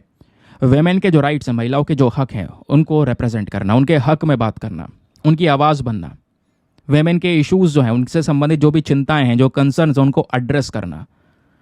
दूसरा यहाँ पर आप कह सकते हो ऑब्जेक्टिव है पॉलिसी एडवाइस। वेमेन कमीशन को टास्क दिया गया है, सरकार कोई भी मैटर्स या कोई भी यहाँ पर डिस्कशंस करती है जिसका सीधा असर वेमेन पर पड़ेगा, तो उस पर्टिकुलर मैटर पर नेशनल कमीशन फॉर वेमेन का एडवाइस लेना है ना। फिर नेशनल कमीशन फॉर वेमेन क्या करेगा, उस पॉलिसी को अच्छी तरीके से यहाँ पर वेमेन के लिए भी उसमें काफ़ी सारे प्रोविजंस ऐड करवाएगा, जेंडर इक्वालिटी की बात करेगा, वेमेन राइट्स की बात करेगा। दूसरा आता है सेफ गार्डिंग कॉन्स्टिट्यूशनल प्रोविजंस। जो वेमेन कमीशन है दोस्तों, यहाँ पर यह रिस्पॉन्सिबल है किस चीज़ के लिए, जितने भी मैटर्स होते हैं जहाँ पर महिलाओं की सेफ्टी को लेकर बात होती है, तो उन मैटर्स को इन्वेस्टिगेट करना, उनको एग्जामिन करना, तो वो सारी रिस्पॉन्सिबिलिटी भी वेमेन कमीशन की है। ये इंश्योर करते हैं महिलाओं को जो उनके संवैधानिक हक हैं उसकी प्रोटेक्शन यहाँ पर की जा सके। फिर तीसरा है हैंडलिंग कंप्लेंट्स। ये जो कमीशन है इनको यहाँ पर काम दिया गया है, जितने भी कंप्लेंट्स हैं वेमेन राइट्स वायलेशन से संबंधित उनको हैंडल करना यहाँ पर एक इंपॉर्टेंट रोल प्ले करती है बॉडी, जहाँ पर महिलाओं के साथ में डिस्क्रिमिनेशन हो रहा है, हैरासमेंट हो रहा है, वायलेंस हो रहा है या कोई और दूसरा अन्याय हो रहा है, उसको यहाँ पर इन्वेस्टिगेट करने में। फिर एक इंपॉर्टेंट चीज़ आती है, इस कमीशन के एक मेन फंक्शन ये भी है कि इसके पास में सुओ मोटो की पावर है। सुओ मोटो क्या होता है दोस्तों, यहाँ पे अगर आप देख पाओगे, मान लो वेमेन कमीशन में कोई कंप्लेंट आ रही है, तब वो कोई मैटर जा रहा है, तब वो कमीशन देख रहा है, लेकिन कमीशन अपने हिसाब से किसी मैटर को उठाना चाहता है, उसकी तहकीकात करना चाहता है, तो वो खुद से भी कर सकता है, उसी को बोलते हैं सुओ मोटो एक्शंस। तो वो पावर्स भी इनके पास में। इस कमीशन का मेन मकसद है महिलाओं को और ज़्यादा सशक्त बनाना, एम्पावर करना। ठीक है, वेमेन को यहाँ पर और ज़्यादा सशक्त कैसे बनाया जा सकता है, इकोनॉमिक डेवलपमेंट फोकस करना, उनको एजुकेशन सेक्टर में ज़्यादा से ज़्यादा बढ़ावा देना, हेल्थ सेक्टर में लेकर आना। तो मेन मकसद है वेमेन का एम्प्लॉयमेंट बढ़िया हो, वे एम्प्लॉयमेंट वाले क्षेत्र में और ज़्यादा पावरफुल बने, अपॉर्चुनिटीज़ उनको लिए यहाँ पर क्रिएट हो, तो वो पर्पस भी यहाँ पर ये जो कमीशन है वो सर्व करता है। तो ये इसके उद्देश्य, मेन ऑब्जेक्टिव्स आपको पता चले। अब इसका मेन कार्य है, फंक्शंस क्या है। फंक्शंस में अगर आप देख पाओगे तो दोस्तों, तो सबसे पहला आता है रिसर्च एंड स्टडी। ये आपका पॉलिटी का लक्ष्मीकांत का पूरा चार्टर में कवर करवा रहा हूँ, ध्यान रखना, पूरा टॉपिक आपका कवर हो रहा है। तो बात आती है रिसर्च एंड स्टडी की। तो वेमेन कमीशन जो है दोस्तों, ये आपके जो रिसर्च हैं, जितनी भी स्टडीज़ हैं महिलाओं के राइट से संबंधित, उनको भी यहाँ पर ये कंडक्ट करता है। प्लस जो भी डेटा है, इन्फॉर्मेशन है ना, उसको गैदर करता है ऐसे समस्याओं से संबंधित। दूसरा फंक्शन है एडवोकेसी एंड अवेयरनेस। ये जो कमीशन है दोस्तों, यहाँ पर ये कुछ एफर्ट्स में इंगेज करता है, जैसे यहाँ पर महिलाओं के राइट्स के बारे में अवेयरनेस फैलाना, उनको बताना कि भाई आपके पास में आपका कौन कौन सा अधिकार है, आपके राइट्स क्या क्या हैं, जेंडर इक्वालिटी के बारे में अवेयरनेस फैलाना, उनसे संबंधित जितने भी और भी इश्यूज़ है दोस्तों उसके बारे में कैंपेनिंग करना, सोशल अवेयरनेस देना, ताकि यहाँ पर सोसाइटी के अंदर में वेमेन के प्रति जो एटीट्यूड है वो थोड़ा सा चेंज होता हुआ नजर आए। ये इसका फंक्शन है। फिर एक फंक्शन आता है legal aid and support. Women commission जो है ये अक्सर यहाँ पर कह सकते हो कि जो कानूनी तौर पर एक सपोर्ट प्रोवाइड करवाता है महिलाओं को, जिनके साथ में डिस्क्रिमिनेशन हुआ है, जिनके राइट्स का उल्लंघन हुआ है, जिनके साथ में वायलेंस हुआ है, उनको कानूनी तौर पर एक सपोर्ट देना। फिर आता है ट्रेनिंग एंड कैपेसिटी बिल्डिंग। ये जो कमीशन है दोस्तों, ये लगातार बहुत सारे जो ट्रेनिंग प्रोग्राम्स है उनको भी यहाँ पर ये ऑफर करता है। ठीक है, अलग अलग स्टेक होल्डर्स को, जो लॉ इन्फोर्समेंट एजेंसीज हैं उनको भी यहाँ पे बोला जाता है कि भाई जो भी वेमेन से संबंधित इश्यूज होंगे उनके प्रति थोड़ा सा आप और ज़्यादा सेंसिटिव हो जाना। तो ये इसका एक फंक्शन है। फिर पॉलिसी रिकमेंडेशन, ये डिस्कस कर ही चुके हैं, रिपीटेड है। बात आती है कोलैबोरेशन एंड पार्टनरशिप। तो ये जो वेमेन कमीशन है दोस्तों, ये लगातार अलग अलग जो स्टेक होल्डर्स है सोसाइटी में, जो हमारे एनजीओज हो गए, non governmental organisation, civil society organisation या दूसरी जो गवर्नमेंट बॉडीज़ हैं, इनके साथ में भी ये कमीशन कोलैबोरेट करते हैं ताकि साथ में मिलकर वेमेन राइट्स को प्रमोट करें, जेंडर इक्वालिटी को प्रमोट करते हुए नजर आएँ। तो नेशनल कमीशन फॉर वेमेन क्या होता है, स्टेट कमीशन फॉर वेमेन क्या होता है, उनके ऑब्जेक्टिव्स, फंक्शंस, ये चीज़ें कवर की। अब आता है एक लास्ट इंपॉर्टेंट टॉपिक, वो आता है कि ये जो वेमेन कमीशन है दोस्तों, ये कुछ समस्याओं से भी गुजर रही हैं, इनके साथ में कुछ चैलेंजेस भी हैं। तो सबसे पहला चैलेंज है lack of adequate resources and autonomy. ये जो वेमेन कमीशन है इनके पास में फाइनेंशियल रिसोर्सेज की कमी है। अब आपने कमीशन बना दिया, कमीशन कैसे वर्क करेगा, जिसमें कुछ लोग हायर करने होंगे, प्रॉपर तरीके से वो काम करेंगे, उसमें बहुत सारा फाइनेंशियल रिसोर्स लगता है, बट आपने यहाँ पर कोई फाइनेंशियल रिसोर्स प्रोवाइड नहीं करवाया, केवल कमीशन बना दिया, फंडिंग नहीं मिल रही है, तो अच्छी तरीके से वो काम कर पाएगा क्या, नहीं कर पाएगा। तो पहला प्रॉब्लम यह है। दूसरा है पॉलिटिकल इंटरफेरेंस। कई बार क्या होती है कि यहाँ पर जो रूलिंग गवर्नमेंट है दोस्तों, वो वेमेन कमीशन से कुछ मैटर्स को छूने के लिए मनाही कर देती है कि उससे यहाँ पर गवर्नमेंट के इम्पैक्ट पड़ेगा, है ना, उस पर एक नेगेटिव कह सकते हो कि इम्पैक्ट पड़ता हुआ नजर आएगा, उस बेसिस पे पॉलिटिकल इंटरफेरेंस हो जाता है। और पॉलिटिकल इंटरफेरेंस जहाँ पे हुआ वहाँ पर आप देख पाओगे वेमेन के जो राइट हैं उनके साथ में जो वायलेशन हुआ होगा, छेड़छाड़ हो गई ना फिर से। फिर एक और चीज़ आती है, एक और समस्या है, वो है लिमिटेड अवेयरनेस एंड एक्सेसिबिलिटी। कई सारी वेमेन ऐसी हैं, स्पेशली यहाँ पर गांव वाले क्षेत्रों में, रिमोट एरियाज़ में, जहाँ पर उन्हें वेमेन कमीशन का एक ऐसी कमीशन भी है जो उनके हक की बात करती है, ऐसी कमीशन एग्जिस्ट करती है, उसके बारे में पता ही नहीं है। और पता ना होने की वजह से यहाँ पर जो उनके साथ में चीज़ें हो रही हैं, डिस्क्रिमिनेशन हो रहा है, वो उसको फेस कर रही हैं। समझ गए? चाह रही हैं वो यहाँ पर कि हाँ मेरे साथ में जो न्याय है वो हो, न्याय दिया जाए, बट उनको पता नहीं है इसके बारे में कि ऐसी कमीशंस भी वर्क करते हैं। तो ये भी यहाँ पर एक समस्या है कि इसके बारे में अवेयरनेस ना होना। फिर यहीं पर आर्टिकल में बताया जाता है कि आखिरकार इन कमीशंस में जो समस्या है इनको हम इम्प्रूव कैसे कर सकते हैं, इसकी क्या रणनीति हो सकती है। पहली चीज़ दोस्तों, यहाँ पे जो अपॉइंटमेंट प्रोसेस होगा उसको ट्रांसपेरेंट किया जाए।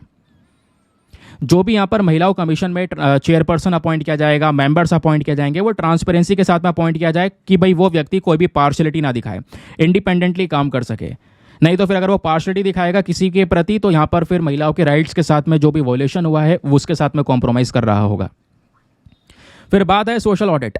रेगुलर बेसिस पर विमेन कमीशन का ऑडिटिंग करना, जांच करना, फंड आया है, किस तरीके से यूटिलाइज किया है, परफॉर्मेंस कैसी चल रही है, क्या इंप्रूवमेंट्स की आवश्यकता है। तो इसी बेसिस पर, क्योंकि आप कोई चीज़ बना दिए हो और उसके बाद आप उसका एनालिसिस नहीं करोगे तो एक समय बाद यहाँ पर वो लापरवाह हो जाएगा, काम करते करते कोई फ़र्क नहीं पड़ेगा, क्योंकि हमारे पर कोई है ही नहीं, हम काम करें या ना करें। तो उस पर ऑडिटिंग करनी ज़रूरी है। फिर बात आती है यहाँ पर एनहेंस फील्ड विजिट।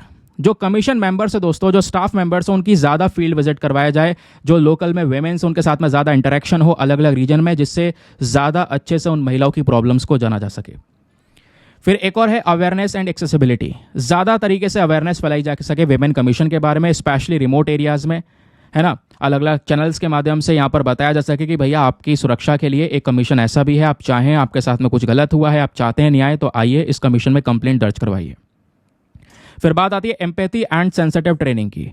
कुछ ट्रेनिंग प्रोवाइड करवाना हमारे कमीशन मेंबर्स को, जो भी इस कमीशन में काम करेंगे, उन स्टाफ को ट्रेनिंग प्रोवाइड करवाना, ताकि वो वेमेन के प्रति यहाँ पे कुछ अपनी एम्पैथी दिखा सके, सेंसिटिव हो सके उस मुद्दे पर, जिससे यहाँ पर क्या होगा, एक सपोर्टिव वे में हर एक चीज़ को डील किया जा सकेगा। तो ये था आर्टिकल। आपको लग रहा होगा सर आपने पूरा का पूरा कंप्लीट क्यों कर दिया, लेकिन ज़रूरी है दोस्तों। अगर आप पॉलिटी पढ़ने जाओगे तो आपका एक पूरा टॉपिक कवर हो चुका है। इसी को तो बोलते हैं GK with static, current with static, कि करंट अफेयर्स में आपका नेशनल कमीशन फॉर वेमेन आया, पूरा मुद्दा क्या चल रहा था वो आपने करंट अफेयर्स पढ़ लिया, लेकिन उसको स्टैटिक पोर्शन से लिंक करना, ये स्टैटिक डेटा मैंने आपके साथ में शेयर किया। ये ज़रूरी है, क्योंकि एग्जाम में अगर प्रश्न कहीं से आया तो वो नहीं पूछा जाएगा यूपी में कितने केस दर्ज हुए हैं, वहाँ पे कितने केस दर्ज हुए हैं। क्वेश्चन बनेगा डायरेक्ट तो इस कमीशन से बनेगा। कमीशन के फंक्शंस पूछे जा सकेंगे आपसे, स्पेशली मेंस में। समझ गए? तो मेंस का क्वेश्चन आपके सामने मैं रख रहा हूँ, इसको अच्छे से आप लिखिएगा। क्वेश्चन यह है, critically evaluate the functioning and effectiveness of the women's commission in India. जो यहाँ पे महिला आयोग है, इनसे संबंधित इनकी जो फंक्शनिंग है, इनका जो इफेक्टिवनेस है, उसके बारे में डिटेल से कह सकते हो समालोचनात्मक मूल्यांकन करें, ऐसा यहाँ पर बोला जा रहा है। तो डिटेल से इसके बारे में समझाएं, कैसी फंक्शनिंग है, कैसे इफेक्टिवनेस तरीके से यहाँ पे काम कर रहा है। एक बार हिंदी में रीड कर देता हूँ ताकि हिंदी माध्यम वाला एस्पिरेंट अच्छे से पढ़कर एक बढ़िया आंसर लिख सकें। क्वेश्चन है, भारत में महिला आयोगी की जो कार्य प्रणाली है एवं प्रभावकारिता का समालोचनात्मक मूल्यांकन कीजिए। 250 शब्दों में आंसर देना है। आंसर देने के बाद में कहाँ पे सबमिट करना है, टेलीग्राम पर जाना, वहाँ पे जाके सर्च बॉक्स में लिखना दीपक यादव एजुकेशन मेंस ग्रुप। जैसे आप फुल फॉर्म लिखोगे मेरा टेलीग्राम चैनल मिलेगा, जहाँ पे ऑलरेडी 78,000 से ज़्यादा लोग जुड़ चुके हैं। आप भी जुड़कर अपने आंसर्स को लिखकर वहाँ पे सबमिट कर सकते हैं। अपने आंसर को सबमिट करने के साथ साथ दोस्तों एक छोटा सा काम और करना है, एटलीस्ट सभी लोगों को 2-2 आंसर्स रिव्यू करने हैं। जब आप सभी लोग 2-2 आंसर्स को रिव्यू करोगे, बहुत सारे फायदे होंगे, आपको भी सामने वाले को भी। आपको कुछ इंपॉर्टेंट पॉइंट्स मिलेंगे जो आप अपने नोट्स में इंक्लूड कर सकते हैं। सामने वाले के आंसर में अगर कोई मिस्टेक होती है तो आप उनको बता सकते हैं कि यहाँ पर इंप्रूवमेंट की आवश्यकता है। तो इस प्रकार से कोऑपरेटिव वे में वो पूरा का पूरा ग्रुप काम करता है। ठीक है, चलिए नेक्स्ट आर्टिकल पर। अब अगला आर्टिकल, जैसे ये 2 दिन पहले न्यूज़पेपर में कवर किया गया था, लेकिन इसका इंपॉर्टेंस है तो हमने स्किप किया होगा किसी रीज़न की वजह से, तो कवर हो रहा है।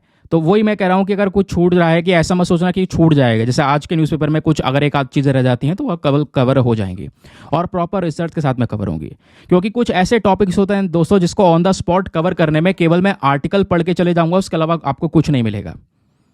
लेकिन एक थोड़ा सा टाइम मिलता है तो उसके ऊपर रिसर्च अच्छी की जा सकती है। जैसे बायोडीजल के बारे में अब बात की जा रही है तो मैं अच्छे से सारी चीज़ें बता सकता हूँ, कैसे प्रोडक्शन होता है, उसके पीछे का प्रोसेस क्या है, केमिकल प्रोसेस है, और ऐसे क्वेश्चंस आते हैं।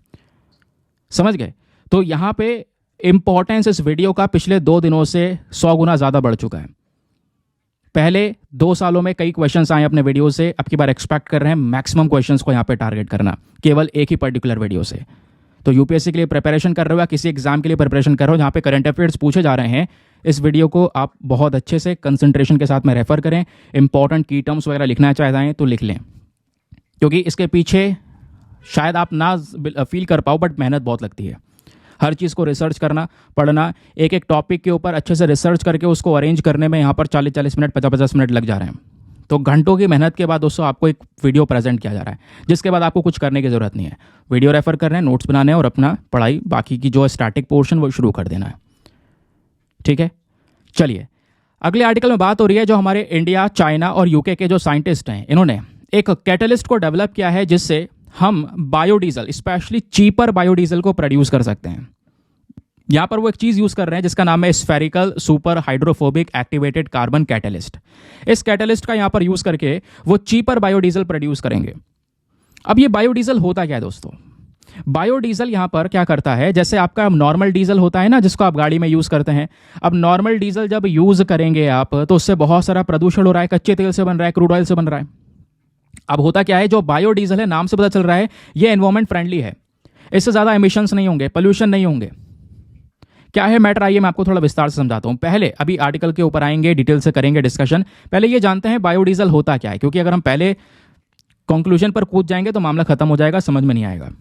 बेसिक से थोड़ा फाउंडेशन बनाते हैं, नींव बनाते हैं। बायोडीजल है क्या दोस्तों? एक alternative clean burning fuel, renewable fuel है। आपने सुना होगा एक होता है बायोफ्यूल, एक होता है बायोडीजल। आगे पता चल जाएगा कि आपको इसके बीच में फर्क क्या होता है। तो जैसे आपके फ्यूल्स होते हैं, पेट्रोल है, डीजल है, ये सब गाड़ी में जब डालते हैं तो गाड़ी जब चलती है तो वो जलता है, तेल जलता है तो उससे प्रदूषण होता है नहीं होता है, एमिशंस होता है। लेकिन बायोडीजल की जब बात करते हैं दोस्तों तो एक ये रिन्यूएबल फ्यूल है, क्लीन बर्निंग फ्यूल। काम वो डीजल का ही करेगा, लेकिन इसको अगर आप देख पाओगे जो बनाया गया है, जब ये जलेगा तो पोल्यूशन नहीं करेगा नॉर्मल डीजल की तरह। अब इसको बनाया कैसे जा रहा है? इसको यहाँ पे एनिमल के फैट से बनाया जा रहा है, वेजिटेबल ऑयल्स जो होती हैं उससे बनाया जा रहा है, जो कुकिंग ऑयल का वेस्टेज होता है उससे बनाया जाता है बायोडीजल। तो यहाँ पर ये नेचर में बायोडिग्रेडेबल है, यानी जो हमारे फ्यूल होते हैं, नॉर्मल डीजल जो होता है वो फॉसिल से जो बन रहा है उसका बढ़िया रिप्लेसमेंट है बायोडीजल। इसको आप यहाँ पे इसी बायोडीजल को पेट्रोल के डीजल के साथ में मिक्स कर सकते हैं किसी भी प्रोपोर्शन में, तो बढ़िया काम करेगा ये भी। आप इससे भी यहाँ पर जो बायोडीजल बना रहे हैं वेजिटेबल ऑयल से, एनिमल के फैट से, कूड़े करकट से, तो इससे यहाँ पर वेस्ट से हम बायोडीजल बनाएंगे और उससे यहाँ पर आप अपना पावर जनरेशन कर सकते हैं। अब पहली चीज, बायोडीजल के इंपॉर्टेंट फीचर्स क्या हो सकते हैं? पहला फीचर यहाँ पर यह है कि ये जो फ्यूल होता है ये बायोडिग्रेडेबल है और रिन्यूएबल फ्यूल है। रिन्यूएबल आप समझ रहे होंगे दोस्तों, आप रिन्यूएबल एनर्जी के बारे में पढ़ते होंगे, सोलर एनर्जी, विंड एनर्जी। ये वो एनर्जीज हैं जिससे पोल्यूशन नहीं हो रहा, प्रदूषण नहीं हो रहा। तो उसी प्रकार का ये भी यहाँ पर एक फ्यूल है, बायोडीजल फ्यूल। यूज करने में बिल्कुल सेफ है, इसके अंदर जो टॉक्सिसिटी है वो बहुत कम है ना, कोई ज़्यादा केमिकल्स प्रेजेंट नहीं है। एमिशन रेट इसका नॉर्मल डीजल फ्यूल से बहुत कम है, बहुत कम पोल्यूशन करेगा।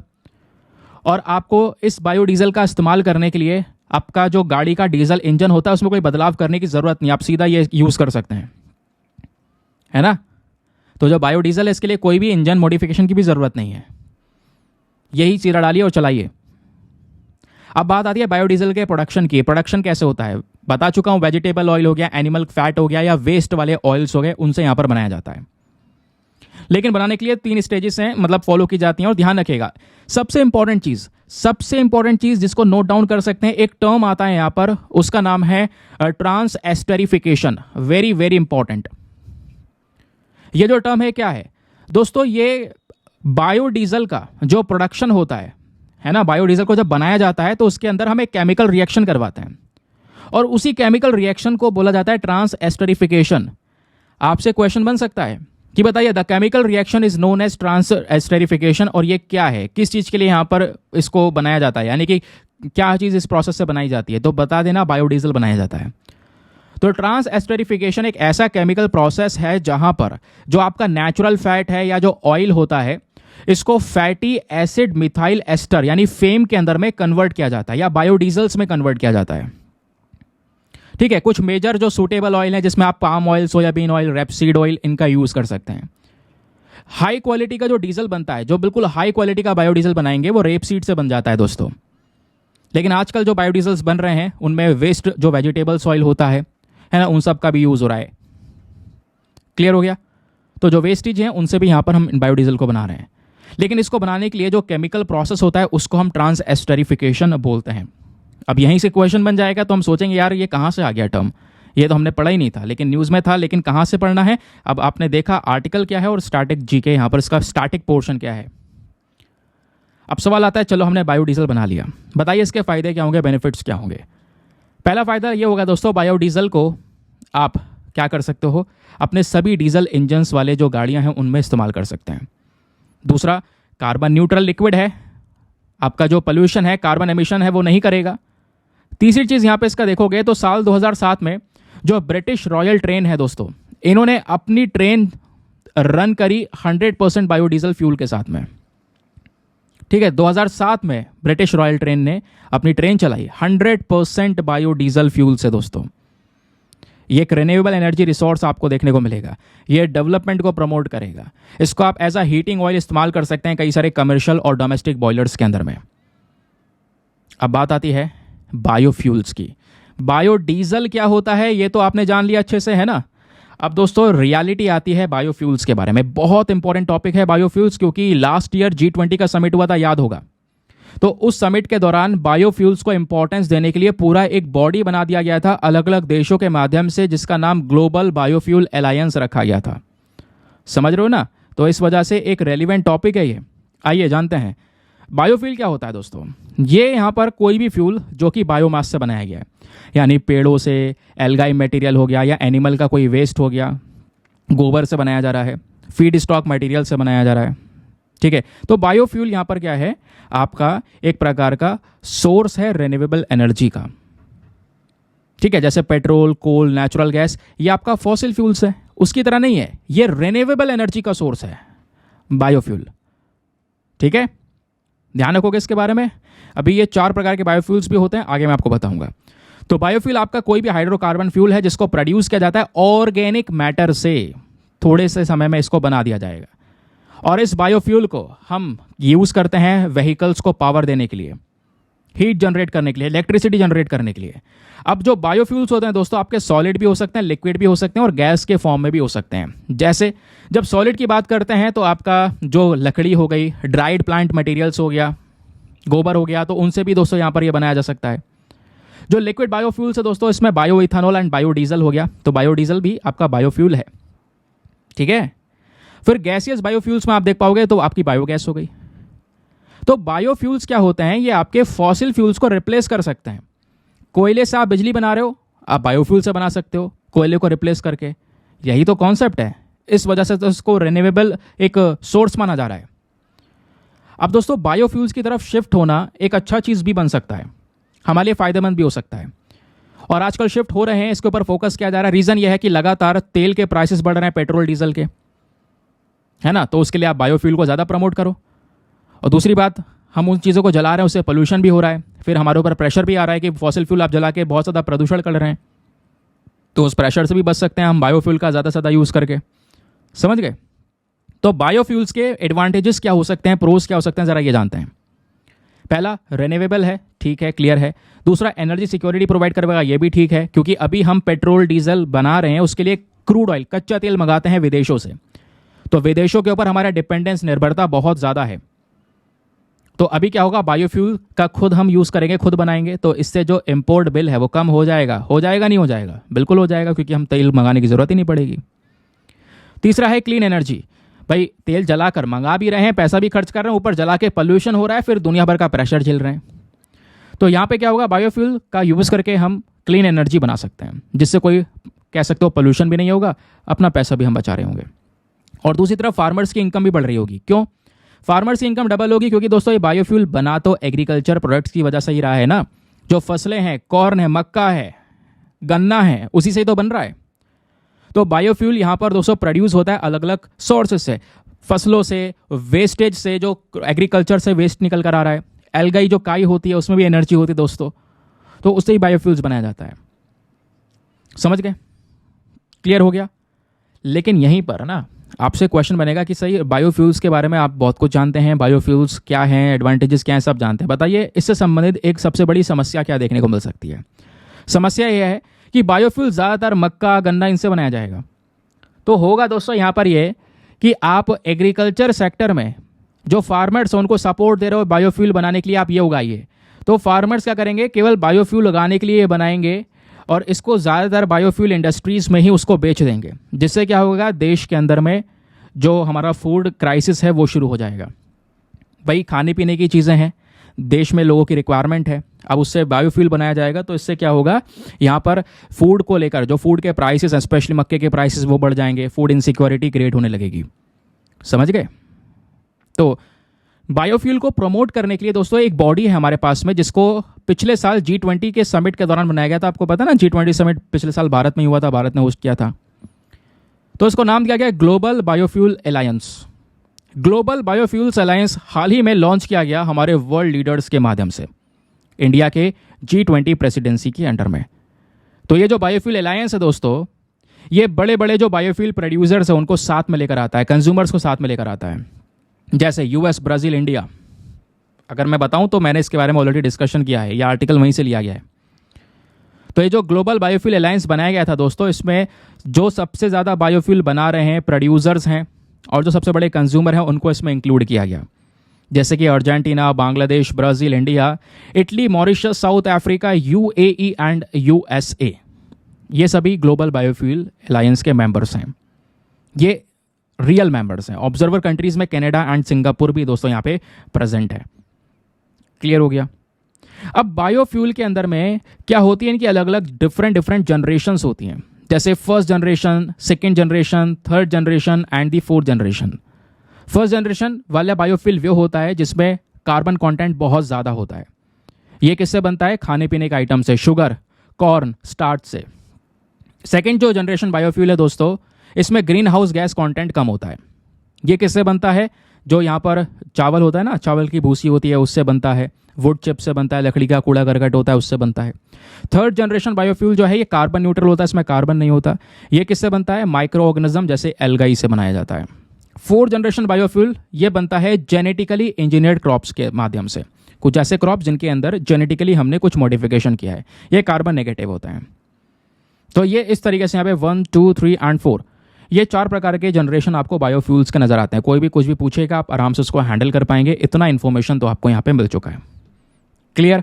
मज़ा आया? अब यही फ़ायदा है आपका कि कुछ आर्टिकल ऐसे होते हैं जिसमें बहुत रेलिवेंट इन्फॉर्मेशन है, ऑन द स्पॉट कवर करेंगे तो इतना रिसर्च कर पाना थोड़ा मुश्किल हो जाता है। अगर ऐसा रिसर्च करके वीडियो देना है तो फिर शाम तक अपलोड हो पाएगा। तो इसलिए कुछ कुछ आर्टिकल्स होते हैं जिस पे पर्टिकुलर रिसर्च चाहिए होते दोस्तों, तो पहले अगर हम कर लेंगे तो वो ज़्यादा फ़ायदा रहेगा। इनफ डेटा तो मिला आपको, कोई भी क्वेश्चन आएगा कहाँ से भी आएगा आप आराम से उसको हैंडल कर पाएंगे। चलिए सारी डिटेल्स क्लियर हो गए। आगे आते हैं एक और रेलिवेंट टॉपिक पर। सिप्री की रिपोर्ट आई है रिसेंटली, और सिप्री क्या है? यह है Stockholm International Peace Research Institute. ये इंस्टीट्यूट स्वीडन नाम का जो देश है उसकी कैपिटल है स्टॉकहोम, वहाँ पर एक इंस्टीट्यूट है। ये इंस्टीट्यूट यहाँ पे दुनिया में रिपोर्ट्स लेकर आता है कि भाई हथियारों का प्रोडक्शन कैसा हो रहा है, किस लेवल पर हो रहा है, कौन सा देश डिफेंस में कितना ग्रो कर रहा है, न्यूक्लियर वेपन्स किसके पास में कितने हैं। तो अच्छी रिसर्च करते हैं ये डेफिनेटली। इनकी रिपोर्ट्स काफ़ी कह सकते हो रिलायबल होती हैं, इस वजह से इंपॉर्टेंस मिलता है। तो अभी हाल ही में एक और रिपोर्ट आई है इनकी, उस रिपोर्ट में बोला है कि दुनिया भर में जो न्यूक्लियर वेपन की रेस लगी है उसमें चाइना बहुत आगे निकल चुका है। मतलब अमेरिका से आगे नहीं निकला है, अमेरिका रशिया अभी भी आगे हैं, बट चाइना ने तेजी से अपने न्यूक्लियर वॉरहेड्स बढ़ाए हैं। और भारत का भी जो न्यूक्लियर वॉरहेड है दोस्तों वो लगभग 172 हो चुका है। हमारे पास में 172 वॉरहेड हो चुके हैं। पाकिस्तान के पास में 170 वॉरहेड थे पहले, उस पर पहले हमारे पास में कम थे, बट पाकिस्तान के पास में अभी भी 170 है, हमारे बढ़कर 172 हो चुके हैं। तो पाकिस्तान से ज़्यादा न्यूक्लियर वॉरहेड हमारे पास में आज प्रेजेंट है। न्यूक्लियर वेपन की ताकत इंडिया के पास में ज़्यादा है। लेकिन खैर हम पाकिस्तान से कंपैरिजन नहीं कर रहे, पाकिस्तान के लिए नहीं रखा है हमने ये। बात आती है चाइना की, तो चाइना ने अपना नंबर तिगुना बढ़ा लिया है दोस्तों। चाइना के पास में 500 न्यूक्लियर वॉरहेड्स आपको देखने को मिलेंगे। बहुत तेज़ी से यहाँ पे ग्रो किया है, ऐसा यहाँ पे सिप्री की रिपोर्ट ने बोला। लेकिन इस रिपोर्ट में रशिया और अमेरिका अभी भी दोस्तों टॉप पर है। आइए मैं थोड़ा विस्तार से बताता हूँ ये रिपोर्ट क्या कहती है। तो वैसे यहाँ पर जो सिप्री है, ज़रा इसके बारे में बेसिक फैक्ट जानिए। इस सिप्री नाम का जो इंस्टीट्यूट है जो ये रिपोर्ट पब्लिश करता है, इस इंस्टीट्यूट को बनाया गया था 1966 में। एक इंडिपेंडेंट इंटरनेशनल इंस्टीट्यूट है जो कि स्वीडन के अंदर में लोकेटेड है। तो इन्होंने यहां पर दोस्तों आपकी बार बताया कि बताइए, वैसे आपको पता होना चाहिए हमारे दुनिया की बात करूं, दुनिया में ऐसे 9 कंट्रीज है जिनके पास में न्यूक्लियर वेपन की ताकत है। और वो 9 देश कौन कौन से हैं? US, Russia, UK, France, China, India, Pakistan, north Korea and Israel. ये 9 कंट्रीज वो हैं जिनके पास में न्यूक्लियर वेपन्स आज के समय पर नजर आते हैं। और दुनिया में लगभग 12,121 न्यूक्लियर वॉरहेड्स प्रेजेंट हैं, जिसमें से 90% दोस्तों यूएसए और रशिया को ही बिलोंग करते हैं। बाकी हम फोकस कर रहे थे भैया न्यूक्लियर वेपन की जितनी कम बातें हो सके उतना बढ़िया रहे, न्यूक्लियर वेपन्स को कोई बढ़ाने के ऊपर फोकस ना करे, इस चीज के ऊपर दुनिया फोकस कर रही थी। लेकिन दोस्तों उसके बावजूद भी चाइना लगातार अपने न्यूक्लियर आर्सेनल्स को एक्सपैंड करता चला गया। और इंडिया का भी एक्सपेंशन हुआ है। 2023 में 170 से 172 हो चुके हैं हमारे पास में वॉरहेड्स। और ध्यान रखिएगा, इजराइल के साथ साथ भारत, इन सभी कंट्रीज में से इजराइल और भारत स्पेशली यहां पर अपने न्यूक्लियर वेपन के अंदर प्लूटोनियम वाला as a fissile material use करते हैं, प्लूटोनियम यूज करते हैं। कौन कौन? भारत और इजराइल। अब यहीं पर दोस्तों एक और चीज आती है, दुनिया फोकस कर रही थी न्यूक्लियर डिसआर्मामेंट के ऊपर में, कि न्यूक्लियर वेपन्स की कोई बात ही ना करे यार, बहुत खतरनाक है, मानवता के लिए बहुत खतरा है। मतलब इमेजिन कीजिए कि 90% दुनिया में जितने न्यूक्लियर वेपन्स प्रेजेंट है उसका 90% चाइना रशिया के पास में है। सॉरी, चाइना रशिया बोल रहा हूं, अमेरिका और रशिया के पास में है। चाहे तो दुनिया खत्म कर दें, वो कई सारे देशों को इस नक्शों से निपटा दें, खत्म कर दें, कभी वो देश वापस नहीं आएगा, इतनी ताकत है इन न्यूक्लियर वेपन्स के अंदर में। फोकस करते हैं यार इन वेपन्स का कभी यूज ही ना करना पड़े। लेकिन यूक्रेन के अंदर जो वॉर हुआ, पिछले कई सालों से जो वॉर चल रहा है, इसका एक नेगेटिव इंपैक्ट पड़ा दोस्तों, जिसके बेसिस पर हम न्यूक्लियर वेपन्स को कंट्रोल करने की बात नहीं कर पा रहे। और अभी भी कंट्रीज अपने आप को, इसमें कई सारे देश ऐसे हैं जो न्यूक्लियर वेपन्स बनाने के ऊपर काम कर रहे हैं। फॉर एग्जांपल ईरान, कुछ कंट्रीज और इस केस में आने की कोशिश कर रही हैं। तो हम सोच रहे थे कि ये चीज़ें सुधर जाएं, सुधरने की बजाय और खराब हो गई अलग अलग वॉर्स की वजह से, चाहे वो इजराइल हमास का वॉर हुआ या फिर आप देख पाओगे रशिया यूएस के जो रिलेशंस खराब हुए वो हुआ। जब रशिया यूएस के रिलेशन खराब हुए इस यूक्रेन वॉर के दौरान, अमेरिका ने रशिया पे सैंक्शंस लगा दिए। रशिया ने जो अपनी मेंबरशिप थी अलग अलग ग्रुप्स के अंदर में, जहां पर न्यूक्लियर वेपन्स को बढ़ाने की बात नहीं की जा रही थी कि आप न्यूक्लियर वेपन्स नहीं बढ़ाओगे, ऐसे एग्रीमेंट साइन कर रखे थे, वो सबसे बाहर निकल गया। उसने बोला हम इसमें है ही नहीं, ना हम इसको ज्वाइन करेंगे। यानी अब वो न्यूक्लियर वेपन्स का और आगे विस्तार कर सकता है, लगाओ सैंक्शंस उसके ऊपर। तो ये दोस्तों यहाँ पर एक प्रॉब्लम देखने को मिली रिसेंटली। क्लियर हो गया? तो ये मुद्दा ध्यान रखिएगा, इंपॉर्टेंट है। सिप्री वगैरह के बारे में पूछा जा सकता है, कुछ इंपॉर्टेंट फैक्ट्स आपको क्लियर होने चाहिए। चलिए आगे आते हैं, एक और बहुत ही ज़्यादा इंपॉर्टेंट आर्टिकल, इसको भी बहुत डिटेल से डिस्कस करेंगे। बात हो रही है कॉटन कल्टीवेशन के बारे में। तो आर्टिकल है जहाँ पे बात हो रही है, देखिए अब कॉटन की बात हो रही है तो कॉटन के बारे में कई बार हमने डिस्कशन किया है। कॉटन कल्टीवेशन क्या होता है, कॉटन के प्रकार, बहुत सारे डिस्कशंस ऑलरेडी किए गए हैं। लेकिन यहाँ पे एक इंटरेस्टिंग चीज़ ऐड हो चुकी है। कॉटन में कई सारी वेराइटीज़ आती हैं, एक सबसे बढ़िया वेराइटी है पीमा कॉटन। तो अमेरिका के अंदर पीमा कॉटन को ग्रो किया जाता है। तो अमेरिका ये देख रहा है पीमा कॉटन के प्रोडक्शन को हम आगे बहुत ज़्यादा बढ़ाएंगे। अभी के समय पर अमेरिका में जो यहाँ पर पीमा कॉटन का प्रोडक्शन है, इसकी जो करंट मार्केटिंग सीजन है उसमें 77,000 टन्स के आसपास का प्रोडक्शन है। अगले साल यहाँ पर ये बोल रहे हैं 1,10,000 टन्स के आसपास हम इसको बढ़ाने वाले हैं। और इंडिया लगातार यहाँ पे पीमा कॉटन की मांग करता है, क्योंकि पीमा कॉटन एक बढ़िया क्वालिटी का कॉटन है। कॉटन से आप कपड़ा बना रहे हैं, तो कॉटन में जो पीमा कॉटन होता है दोस्तों, ये लॉन्ग स्टेपल के साथ में आता है। इसमें लंबे लंबे फाइबर्स होते हैं, समझ गए, एक बढ़िया क्वालिटी का माना जाता है। इसकी डिमांड इंडिया में बहुत ज़्यादा है, जिसका फायदा सीधा अमेरिका कमाएगा पीमा कॉटन का। वैसे आप कॉटन कल्टीवेशन की बात करेंगे तो इंडिया कुछ कम नहीं है। इंडिया दुनिया में कॉटन एकरेज के मामले में फर्स्ट प्लेस पर आता है। हम भी कॉटन का भर के प्रोडक्शन करते हैं। इंडिया दुनिया में इकलौता ऐसा देश है जहां पर चारों स्पीशीज जो है कॉटन की वो ग्रो की जाती हैं। जी आर्बोरियम, जी हार्बेशियम, ये 2 हो गई, फिर जी बारबडेंस एंड जी हेर्सेटम, ये 2 अलग हो गई। तो चारों की चारों स्पीशीज भारत में ग्रो की जाती हैं। जी आर्बोरियम और हर्बेशियम जो है दोस्तों, उसको एशियन कॉटन का नाम दिया जाता है। जी बारबडेंस इजिप्टियन कॉटन कहलाता है और जी हेर्सेटम अमेरिकन अपलैंड कॉटन कहलाता है। ये चारों स्पीशीज भारत में ग्रो की जाती हैं। ध्यान रखना, इकलौता देश है भारत जहां पे चारों प्रजातियां ग्रो की जाती हैं। इंडिया में यहाँ पे अगर आप देख पाओगे तो मेजर 9 कॉटन ग्रोइंग स्टेट्स आपको नजर आएंगे, जिसमें से नदर्न जोन में बात करेंगे तो यहाँ पर आपका राजस्थान हो गया, उसके अपर स्टेट्स हो गए। सेंट्रल जोन में बात करेंगे गुजरात हो गया, मध्य प्रदेश हो गया, महाराष्ट्र हो गया। उसके अलावा यहाँ पे सदर्न जोन में बात करेंगे दोस्तों तो कर्नाटका हो गया, तमिलनाडु हो गया। ये कुछ स्टेट्स आपको यहाँ पर देखने को मिल जाएंगे, समझ गए? तो इस तरीके से यहाँ पर ये आपका कॉटन कल्टीवेशन का मामला हुआ। अब न्यूज़ क्या है ये तो आपको समझ में आ गया, लेकिन इस न्यूज़ में हमने एक स्पेशल फोकस किया है दोस्तों पीमा कॉटन के ऊपर में। तो पीमा कॉटन के ऊपर अभी थोड़ी देर में आएंगे, उससे पहले ये जान लेते हैं इंडिया में कॉटन का इंपॉर्टेंस क्या है। दोस्तों भारत में अभी भी कॉटन एक बहुत ही ज़्यादा महत्वपूर्ण कमर्शियल क्रॉप है जिसके ऊपर कई सारे लोगों की ज़िंदगी डिपेंडेंट है। क्रॉप्स की फसल उगा रहे हैं वो। आप इमेजिन कीजिए दुनिया में जितना कॉटन का प्रोडक्शन हो रहा है, उससे कपड़े बन रहे हैं, उसका 25% कॉटन केवल भारत ही कल्टीवेट करता है। तो कॉटन का जो इकोनॉमिक इंपॉर्टेंस है इंडिया में वो बहुत ज़्यादा है। इस वजह से कॉटन को भारत में व्हाइट गोल्ड भी बोला जाता है। लिथियम को भी बोलते हैं बट व्हाइट गोल्ड कॉटन को भी बोलते हैं। और इंडिया में लगभग 67% जो इंडिया कॉटन आपको देखने को मिलेगा वो ऐसे एरियाज में है जहाँ पर सबसे ज़्यादा बारिश होती है या वो इरीगेटेड एरियाज आपको नजर आएंगे। अब क्योंकि हम इस डिस्कशन पर आए हैं पीमा कॉटन की वजह से, तो पीमा फैब्रिक क्या होता है ज़रा इसके बारे में जानिए। दोस्तों different types of Pima fabric होता है। पीमा कॉटन में भी अलग अलग प्रकार हैं। एक होता है सुपीमा कॉटन, बढ़िया सबसे हाई क्वालिटी का। पीमा कॉटन में सबसे हाई क्वालिटी होता है सुपीमा। फिर एक आता है सी आइलैंड कॉटन। ये जो है ये जी बारबाडेंस का ही एक टाइप है। आप पता है ना जी बारबाडेंस, अभी मैंने आपको 4 वैरायटीज पढ़ाई थी जो भारत में ग्रो की जाती हैं। जी बारबाडेंस इजिप्टियन कॉटन है। तो पीमा कॉटन, सी आइलैंड कॉटन जो है ये जी बारबाडेंस का ही एक टाइप है, समझ गए। तो पीमा कॉटन आप देख पाओगे बहुत ही सॉफ्ट है, लंबे फाइबर्स वाला। लंबे फाइबर्स मतलब ये देख पाएंगे, ये आपका नॉर्मल कॉटन हो गया जिसकी फाइबर्स छोटे होते हैं, लेकिन पीमा कॉटन के फाइबर्स और ज़्यादा लंबे होते हैं, तो बेस्ट क्वालिटी का माना जाता है। समझ गए, क्लियर हो गया दोस्तों, ये बात समझ में आ गई। अब जो पीमा फैब्रिक है ये कौन से वाले कॉटन प्लांट से बनती है, जो जी बारबाडेंस है, गॉसिपियम बारबाडेंस, उसके माध्यम से यहाँ पर इसको बनाया जाता है। और पीमा कॉटन कहाँ कहाँ पे उगाया जाता है, केवल कुछ ही कंट्रीज हैं। इस पीमा कॉटन का सबसे बड़ा एक्सपोर्टर वैसे यहाँ पर दोस्तों चाइना है। सबसे पहली बार पीमा कॉटन क्रिएट किया गया था अमेरिका में, लेकिन उगाया इंडिया और पाकिस्तान में भी जाता है। तो इस फोटो को ध्यान रखिएगा। अब बात करते हैं हम अपने वापस से कॉटन के बारे में, कॉटन के कल्टीवेशन के बारे में, कहाँ कहाँ पर ग्रो किया जाता है। वैसे मैं आपको बता चुका हूँ, आपने मैप देख लिया है कहाँ कहाँ पे ग्रो किया जाता है। स्पीशीज़ कौन कौन सी हैं मैंने आपको बता दिया। इंडिया में 4 स्पीशीज़ ग्रो की जाती हैं। 4 स्पीशीज़ के नाम यहाँ पर लिखे हुए हैं, है ना। नदर्न रीजन में पंजाब हरियाणा राजस्थान हो गया, सेंट्रल में गुजरात महाराष्ट्र मध्य प्रदेश हो गया, साउथ में तेलंगाना आंध्र प्रदेश कर्नाटका तमिलनाडु हो गया। अभी मैप में हमने देख लिया था। अब जो कॉटन होता है दोस्तों, इसका इंपॉर्टेंस क्या होता है ज़रा ये जानिए।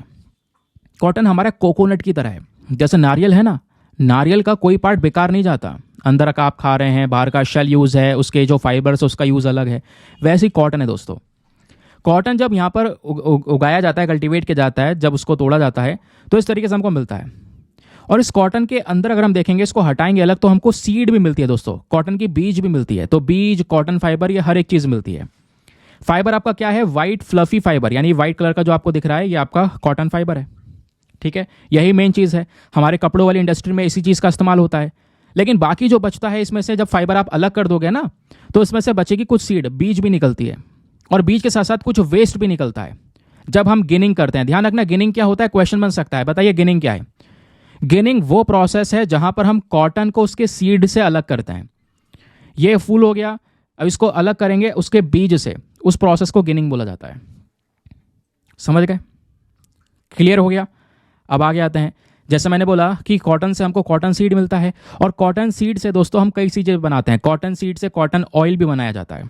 कॉटन सीड ऑयल का नाम आपने सुना होगा। ये कुछ फोटोज़ हैं, ये आप देख पाओगे। ये जो है कॉटन सीड ऑयल है, उसकी जो बीज होती है उससे तेल भी बनता है इसका, और इसका लोग यूज़ भी करते हैं।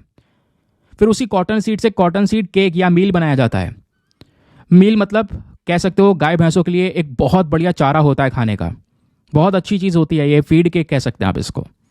तो ये भी बनाया जाता है, ऐसा फूड भी यूज़ होता है। तो कॉटन का यूज़, उसका वाइट कलर का फ्लफी फाइबर है, उससे कपड़ा बन गया, उसके सीड से ऑयल बन गया, केक बन गया, है ना। तो कॉटन सीड जब केक बनाते हैं उसके बाद भी जो लेफ्ट ओवर चीज़ बचती है दोस्तों, यहाँ पर उसका भी अलग अलग जगह पे यूज़ होता है। और मैं आपको बताऊँ, कॉटन सीड जो ऑयल बनता है, ऑयल बनाया जाता है, ये हमारे देश में 3rd largest domestically produced vegetable oil है। कहने का मतलब है हमारे देश में सबसे ज़्यादा मस्टर्ड ऑयल बनाया जाता है, फिर सोयाबीन ऑयल बनाया जाता है, उसके बाद में जो सबसे ज़्यादा ऑयल प्रोड्यूस होता है दोस्तों, तो वो कॉटन सीड ऑयल प्रोड्यूस किया जाता है। ये बात क्लियर हो गई। अब पिछले कुछ समय में दोस्तों कॉटन प्रोडक्शन में बहुत उतार चढ़ाव नजर आए। बीच में कॉटन का प्रोडक्शन काफ़ी तेजी से बढ़ा, लेकिन इस समय पर कॉटन प्रोडक्शन कम हो रहा है। इस समय पर भी हमारी जो इंडस्ट्री है दोस्तों, वो कई सारे प्रॉब्लम से गुजर रही है। कॉटन फार्मर्स जो है इस प्रकार के मुद्दे को बार बार उठा चुके हैं। तो कॉटन प्रोडक्शन जब लगातार बढ़ रहा था तो वो समय था दोस्तों साल 2000 या 2001 से लेकर 2013-14 के बीच में। तो ये 14 साल लगातार कॉटन का प्रोडक्शन बढ़िया तरीके से हुआ, बेहतरीन तरीके से। लेकिन दोस्तों बीच में यहाँ पर कॉटन की फसलों पर एक कीड़ों का अटैक होना शुरू हुआ। ये पिंक बोलवॉर्म आप देख पा रहे हो, ये जो पिंक बोलवॉर्म है ये पूरी तरह से कॉटन की फसल को खा जाते हैं। तो 2001 से लेकर 2014 के बीच में बढ़िया प्रोडक्शन हुआ, प्रोडक्शन बढ़ रहा था। 566 केजी पर हेक्टेयर के हिसाब से दोस्तों ये कॉटन पहुंच गया। और जितना कॉटन प्रोड्यूस होगा उससे कॉटन सीड ऑयल मिलेगा हमको, कॉटन केक मिलेगा, तो गाय भैंसों के लिए बढ़िया एक खाना मिल जाएगा, हर चीज़ बढ़ेगी। लेकिन दोस्तों यहाँ पे क्या हुआ, 2013 के बाद से लगातार यहाँ पर यह प्रोडक्शन ऊपर नीचे हो रहा है। ये देखेंगे 2001 से लगातार बढ़ रहा था, अब क्या हुआ, ये यहाँ पर सीधा सीधा नीचे डाउन हो गया। वैसे यहाँ पर ये जो व्हाइट कलर का फाइबर होता है कॉटन का, उसकी बात कर रहे हैं, ये भी बिल्कुल सिमिलर कंडीशन इसकी भी है, लगातार ये ऊपर नीचे हो रहा है। अच्छा, अभी के समय पर हम देख पा रहे हैं कि लगातार ये गिर रहा है, कॉटन प्रोडक्शन कम हो रहा है। रीज़न वही पिंक बोलवॉर्म, वही कीड़ा जो मैंने आपको दिखाया है दोस्तों, ये है पिंक बोलवॉर्म जो कि कॉटन की फसलों को खा जाता है। और जब ये पिंक बोलवॉर्म अटैक करता है कॉटन की बॉल्स के ऊपर में, तो ये जो कॉटन का प्लांट होता है दोस्तों, ये कॉटन बहुत कम प्रोड्यूस करता है। तो आपकी फसल लगाने का ज़्यादा फायदा नहीं होता, क्योंकि इसमें से आप ज़्यादा कॉटन निकाल ही नहीं पाओगे, या थोड़ा बहुत जो मिलेगा वो लोअर क्वालिटी का होगा। समझ गए? तो ये एक मेन रीज़न था यहाँ पर। और इसी वजह से 2014 के अंदर गुजरात के अंदर में कह सकते हो ये जो बोलवॉर्म है इसका बड़ा अटैक देखने को मिला। फिर 2015 में आंध्र प्रदेश में, तेलंगाना में, महाराष्ट्र में लगातार बोलवॉर्म्स का अटैक हुए, जिससे सीधा सीधा दोस्तों यहाँ पर इन स्टेट्स के कॉटन के प्रोडक्शन के ऊपर में डायरेक्ट इम्पैक्ट पड़ा और प्रोडक्शन सीधा डाउन हो गया। इसमें एक फ्लक्चुएशन नजर आने लगा। अब दूसरे और भी संबंधित इश्यूज हैं, ये तो पिंक बोलवॉर्म का एक मेन केस हो गया। उसके अलावा दोस्तों कुछ और भी समस्याएं हैं जो हमारे कॉटन सेक्टर से संबंधित हैं, जैसे यील्ड फ्लक्चुएशन। जो कॉटन प्रोडक्शन इंडिया में ये काफ़ी अनप्रेडिक्टेबल है, क्योंकि कॉटन की खेती कई सारे फैक्टर्स पर डिपेंड करती है। आपका सिंचाई सिस्टम कैसा है, सॉइल की जो फर्टिलिटी उपजाऊपना है वो कैसा है, वेदर पैटर्न्स के ऊपर डिपेंडेंट रहता है। तो वेदर पैटर्न्स भी अगर ज़्यादा चेंज हो रहे होंगे तो वो भी इम्पैक्ट पड़ेगा। मान लो बारिश नहीं हुई, सूखा पड़ गया तो, या बहुत ज़्यादा बारिश हो गई तो ये सारे फैक्टर्स भी डिपेंड करते हैं। और वेदर पैटर्न चेंज हो रहे हैं क्लाइमेट चेंज की वजह से, तो इम्पैक्ट तो सीधा पड़ेगा ही पड़ेगा कॉटन की इंडस्ट्री के ऊपर में या उसके कल्टीवेशन के ऊपर में। तो वो हम लोगों ने यहाँ पर देखा। दूसरा इशू है यहाँ पर स्मॉल होल्डर डोमिनेंस।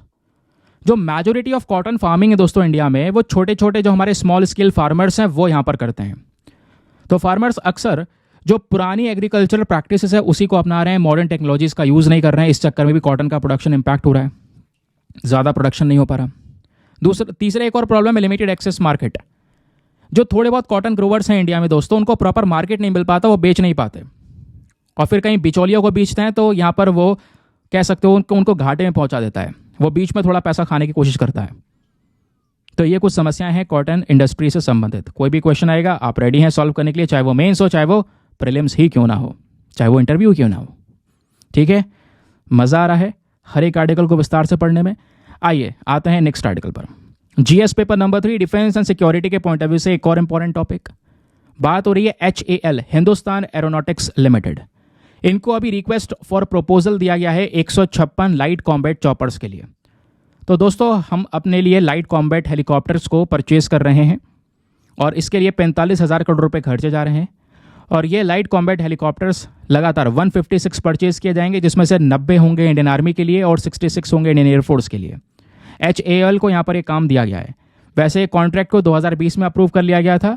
कुछ चॉपर्स ऑलरेडी हम यूज़ कर रहे हैं, 10 जो है वो हमारी इंडियन एयरफोर्स यहाँ पे यूज़ कर रही है, 5 यहाँ पे हमारी आर्मी यूज़ कर रही है।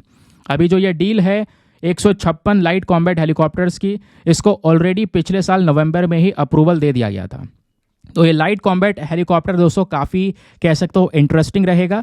इंटरेस्टिंग के साथ साथ ये हमारी इंडियन आर्मी की कैपेबिलिटीज़ को बढ़ाएगा, क्योंकि एक लौता अटैक हेलीकॉप्टर है दुनिया में जो लैंड और टेक ऑफ कर सकता है और इतनी हाइट लगभग 16,400 फीट की हाइट पर जा सकता है। अब इमेजिन करिए कोई पहाड़ी इलाका होता है ना, वहाँ पे इतनी ऊंचाई पे आराम से ये जो हेलीकॉप्टर है वो अपना जो पर्पस है वो सर्व कर पाएगा। इस हेलीकॉप्टर का कॉम्बैट रेडियस है 500 किलोमीटर का, ये 21,000 की फीट तक भी जा सकता है, ये यहाँ पर बोला जा रहा है। तो high altitude area, specially Siachen glacier जहाँ पे ऊंची ऊंची पहाड़ियाँ हैं, वहाँ पर भी आराम से कोई अगर दुश्मन है तो उसको हिट किया जा सकेगा इस हेलीकॉप्टर का यूज़ करके। क्योंकि दिक्कत यही तो हो गई थी कारगिल वॉर में। कारगिल कॉन्फ्लिक्ट के बारे में आपको पता होगा 1999 का, है ना, जब यहाँ पे दुश्मन ऊपर जाके बैठ गए तो ऊपर से अटैक कर रहे थे नीचे। तो इस तरीके के हेलीकॉप्टर्स अगर होंगे तो दोस्तों वहाँ से भी काफ़ी ऊंचाई पर उड़ाए जा सकेंगे और दुश्मन को अब उसका मज़ा दिया जा सकेगा। अब बात करते हैं लाइट कॉम्बैट हेलीकॉप्टर के बारे में होते क्या है। वैसे तो बता ही चुका हूँ मैक्सिमम चीज़ें, न्यूज़ आपको पता चल चुकी है। 156 अभी हेलीकॉप्टर्स परचेज किए जा रहे हैं।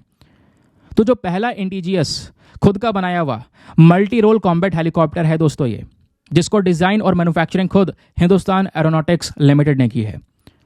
इस हेलीकॉप्टर में फायरिंग की पावर है, यानी सीधा आसमान से धरती पर फायरिंग कर सकता है और आसमान में ही कोई सामने दुश्मन हो तो एयर टू एयर मिसाइल्स भी इसमें लगाई गई हैं। मॉडर्न स्टील्थ कैरेक्टरिस्टिक्स आती हैं, बढ़िया रोबस्ट प्रोटेक्शन यहाँ पर दिया गया है। नाइट में भी अटैक कैपेबिलिटीज़ यहाँ पर दी गई हैं, चाहे रात हो चाहे सवेरा हो, कैसा भी टाइम हो, आराम से हेलीकॉप्टर अपने पर्पज़ को सर्व करेगा। उसके अलावा हाई ऑल्टीट्यूड एरियाज़ जैसे सियाचिन ग्लेशियर जैसे एरिया जहाँ पे गगनचुंबी पहाड़ियाँ आपको नजर आएंगी, उस एरिया में भी यहाँ पर हेलीकॉप्टर को और उनसे ऊपर उड़ाया जा सकता है और सटीक तरीके से अटैक किए जा सकते हैं। यहाँ पे रडार एब्जॉर्बिंग मटेरियल्स का यूज़ किया गया है, ठीक है। क्रैश प्रूफ स्ट्रक्चर है, क्रैश नहीं होगा। लैंडिंग गियर्स वगैरह यहाँ पर दिए गए तो ज़्यादा इंपैक्ट नहीं पड़ेगा जो अंदर बैठा हुआ इंसान है। समझ गए? आगे आते हैं, चलिए आगे आते हैं दोस्तों। वैसे एक आर्टिकल और है यार, है ना, इतनी रिसर्च की हुई है। तो लॉ ऑन मर्सनरीज को लेकर एक आर्टिकल और था जो हमारा रह गया था, बट इसको भी हम कवर कर रहे हैं। बट इन्फॉर्मेशन तो मैं साथ में लेकर आया हूँ, इसको मैं कल डिस्कस करूँगा आपके साथ में, ठीक है। वैगनर ग्रुप क्या है, लॉ ऑन मर्सनरीज क्या कानून क्या बोलता है। अभी हुआ क्या, रशिया में स्पेशली एक इंडियन को वहाँ पे रिक्रूट किया है रशियन आर्मी ने, प्राइवेट आर्मी में, और उन इंडियन की जान चली गई। इस वजह से ये मुद्दा उठा। मिनिस्ट्री ऑफ एक्सटर्नल अफेयर ने यहाँ पर कंसर्न्स उठाए कि आप ऐसा कैसे कर सकते हैं।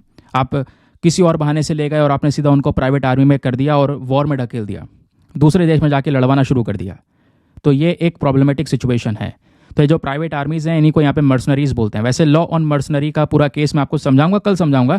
मर्सनरीज होती क्या है बस इतना जान लो, ताकि आपको यहाँ पर एक सुकून मिल जाए, हाँ कुछ तो पता चला।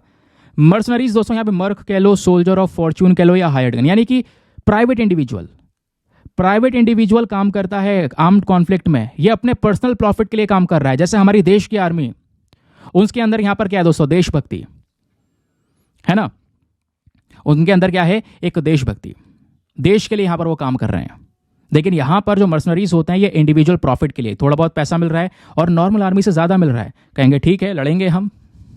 तो इस तरीके से यहाँ पर एक प्राइवेट आर्मीज बनाई जाती हैं, जिसमें एक सबसे बड़ा एग्जाम्पल है वैगनर ग्रुप का। तो वैगनर ग्रुप भी दोस्तों रशिया की एक प्राइवेट मिलिट्री कंपनी है। इसको ऑफिशियली पीएमसी वैगनर के नाम से जानते हैं। इसका हेडक्वार्टर आपको रशिया के सेंट पीटर्सबर्ग में नजर आएगा। ये ऐसा नेटवर्क है जो दुनिया भर में काम करता है। वैगनर ग्रुप दोस्तों आज भी 11 देशों में एक्टिव है। Russia, Belarus, Ukraine, Syria, Sudan, Mozambique, Central African Republic, Mali, Libya, Venezuela, Madagascar, ऐसे यहाँ पर देशों में। कॉन्टिनेंट्स की बात करेंगे, 4 कॉन्टिनेंट्स में, 4 महाद्वीपों में फैला हुआ है, Europe, Africa, south America and Asia. ये प्राइवेट मिलिट्री इन्होंने फैला रखी है दुनिया भर में। समझ गए? वैसे बेसिक चीज़ बता ही चुका हूँ। खैर जो भी और बचा कुछ इन्फॉर्मेशन वो कल डिस्कस कर लेंगे। हाँ, वर्ड ऑफ द डे भाई, आज का वर्ड ऑफ द डे क्या है? आज यहाँ पर एक वर्ड है सोजोन। बीच में मैं लगा नहीं पा रहा था बट अब लगा दिया है। सोजोन यहाँ पे जो वर्ड है दोस्तों, इसका एक मतलब होता है टेम्पररी स्टे, कुछ समय के लिए यहाँ पे रुकना। कुछ यहाँ पे इसका वर्ड इसके अलावा स्टे हो गया, विजिट हो गया, स्टॉप ओवर या हॉलीडे, इसकी जगह आप सोजन का यूज़ कर सकते हैं।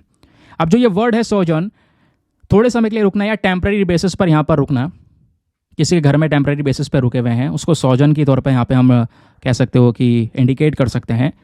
तो अब ये जो वर्ड है इसका यूज़ करके आप सेंटेंस बनाइए नीचे कमेंट सेक्शन में। सभी लोगों को यहाँ पर ये सेंटेंस क्रिएट करना है, बनाना है, ज़रूर से बनाना है, नहीं तो फिर इसका कोई फायदा होगा नहीं। सेंटेंस बनाएंगे तो याद रखेंगे लंबे समय तक। दोस्तों आज एक और चीज़ की माफ़ी चाहूँगा, आज मैं एक बाकी क्वेश्चन नहीं लगा पाया हूँ, जैसे मैंने कल क्वेश्चन लगाए थे। तो क्वेश्चन लगा दिए जाएंगे। यार हुआ क्या है ना, जब थोड़ा टाइम कम मिलता है और इसमें बहुत टाइम लग रहा है चीज़ों को सही से समझने में, सही से समझाने में, प्रॉपर एनालिसिस क्रिएट करने में, तो ऑब्वियस ही बात है जो क्वालिटी वाली चीज़ होती है उसमें थोड़ा समय लगता है। केवल आर्टिकल लेकर आना, चिपका देना, पढ़ के निकल जाना, वो काम मैं कर सकता हूँ और वो पहले से कर सकता था, लेकिन उसका फ़ायदा एग्जाम में नहीं होगा। एग्जाम में कितने क्वेश्चन आए हैं वो सब बैकग्राउंड डेटा से ही आए, जितने भी आए हैं 30 क्वेश्चन आ रहे हैं वो सब बैकग्राउंड डेटा से आए, आर्टिकल से कोई नहीं आ रहा। तो उस न्यूज़ को करंट को स्टैटिक से लिंक करना दोस्तों ये इंपॉर्टेंट है। इस वजह से क्वालिटी मैटर करती है, थोड़ा समय लग जाता है, लेकिन डेफिनेटली आपको क्वालिटी में कोई कमी नहीं मिलेगी। बाकी आते हैं प्रैक्टिस क्वेश्चन की तरफ। क्वेश्चन यहाँ पर यह है, इंडिया का जो डीप सी ओशन मिशन है, इसको देखते हुए आपके सामने 3 स्टेटमेंट्स हैं, बताइए इन तीनों में से कौन सा स्टेटमेंट सही है। इसका सही उत्तर है option number C 1 and 3 only. पहला मत्स्य 6000, ये फोटो भी लगा दिया था मैंने, तो यहाँ पर क्लियरली हो गया है, ये लिखा हुआ है मत्स्य 6000 बिल्कुल एक सबमर्सिबल व्हीकल है जिसको इस मिशन के तहत तैयार किया गया है। तो पहला स्टेटमेंट तो सही है। दूसरा, ministry of environment, forest and climate change, ये एक इंपॉर्टेंट एजेंसी है जो इस मिशन को लागू करती है, इंप्लीमेंट करती है, ये गलत है। ये गलत क्यों है? ये गलत इसलिए है दोस्तों यहाँ पर क्योंकि ये ministry of environment, forest, climate change नहीं है, ये है दोस्तों आपका NIOT। इसके बारे में मैंने पढ़ाया है ना, NIOT यानी national institute of ocean technology. ये एक इंपॉर्टेंट प्राइमरी एजेंसी है जो कि रिस्पॉन्सिबल है इस डीप सी ओशन मिशन को इंप्लीमेंट करने के लिए। ठीक है, तो इस वजह से सेकंड स्टेटमेंट गलत है। तीसरा सही आ गया, जो ये मिशन है ये हेल्प करता है हमें इंडिजीनियस टेक्नोलॉजीज को डेवलप करने में, जिससे जो डीप सी है उसको हम एक्सप्लोर कर सकेंगे। तो option number C 1 and 3 only is the correct answer. ठीक है, नाउ मिलते हैं आपसे अगले वीडियो में। आज के लिए bye bye, have a nice day, thank you and जय हिंद।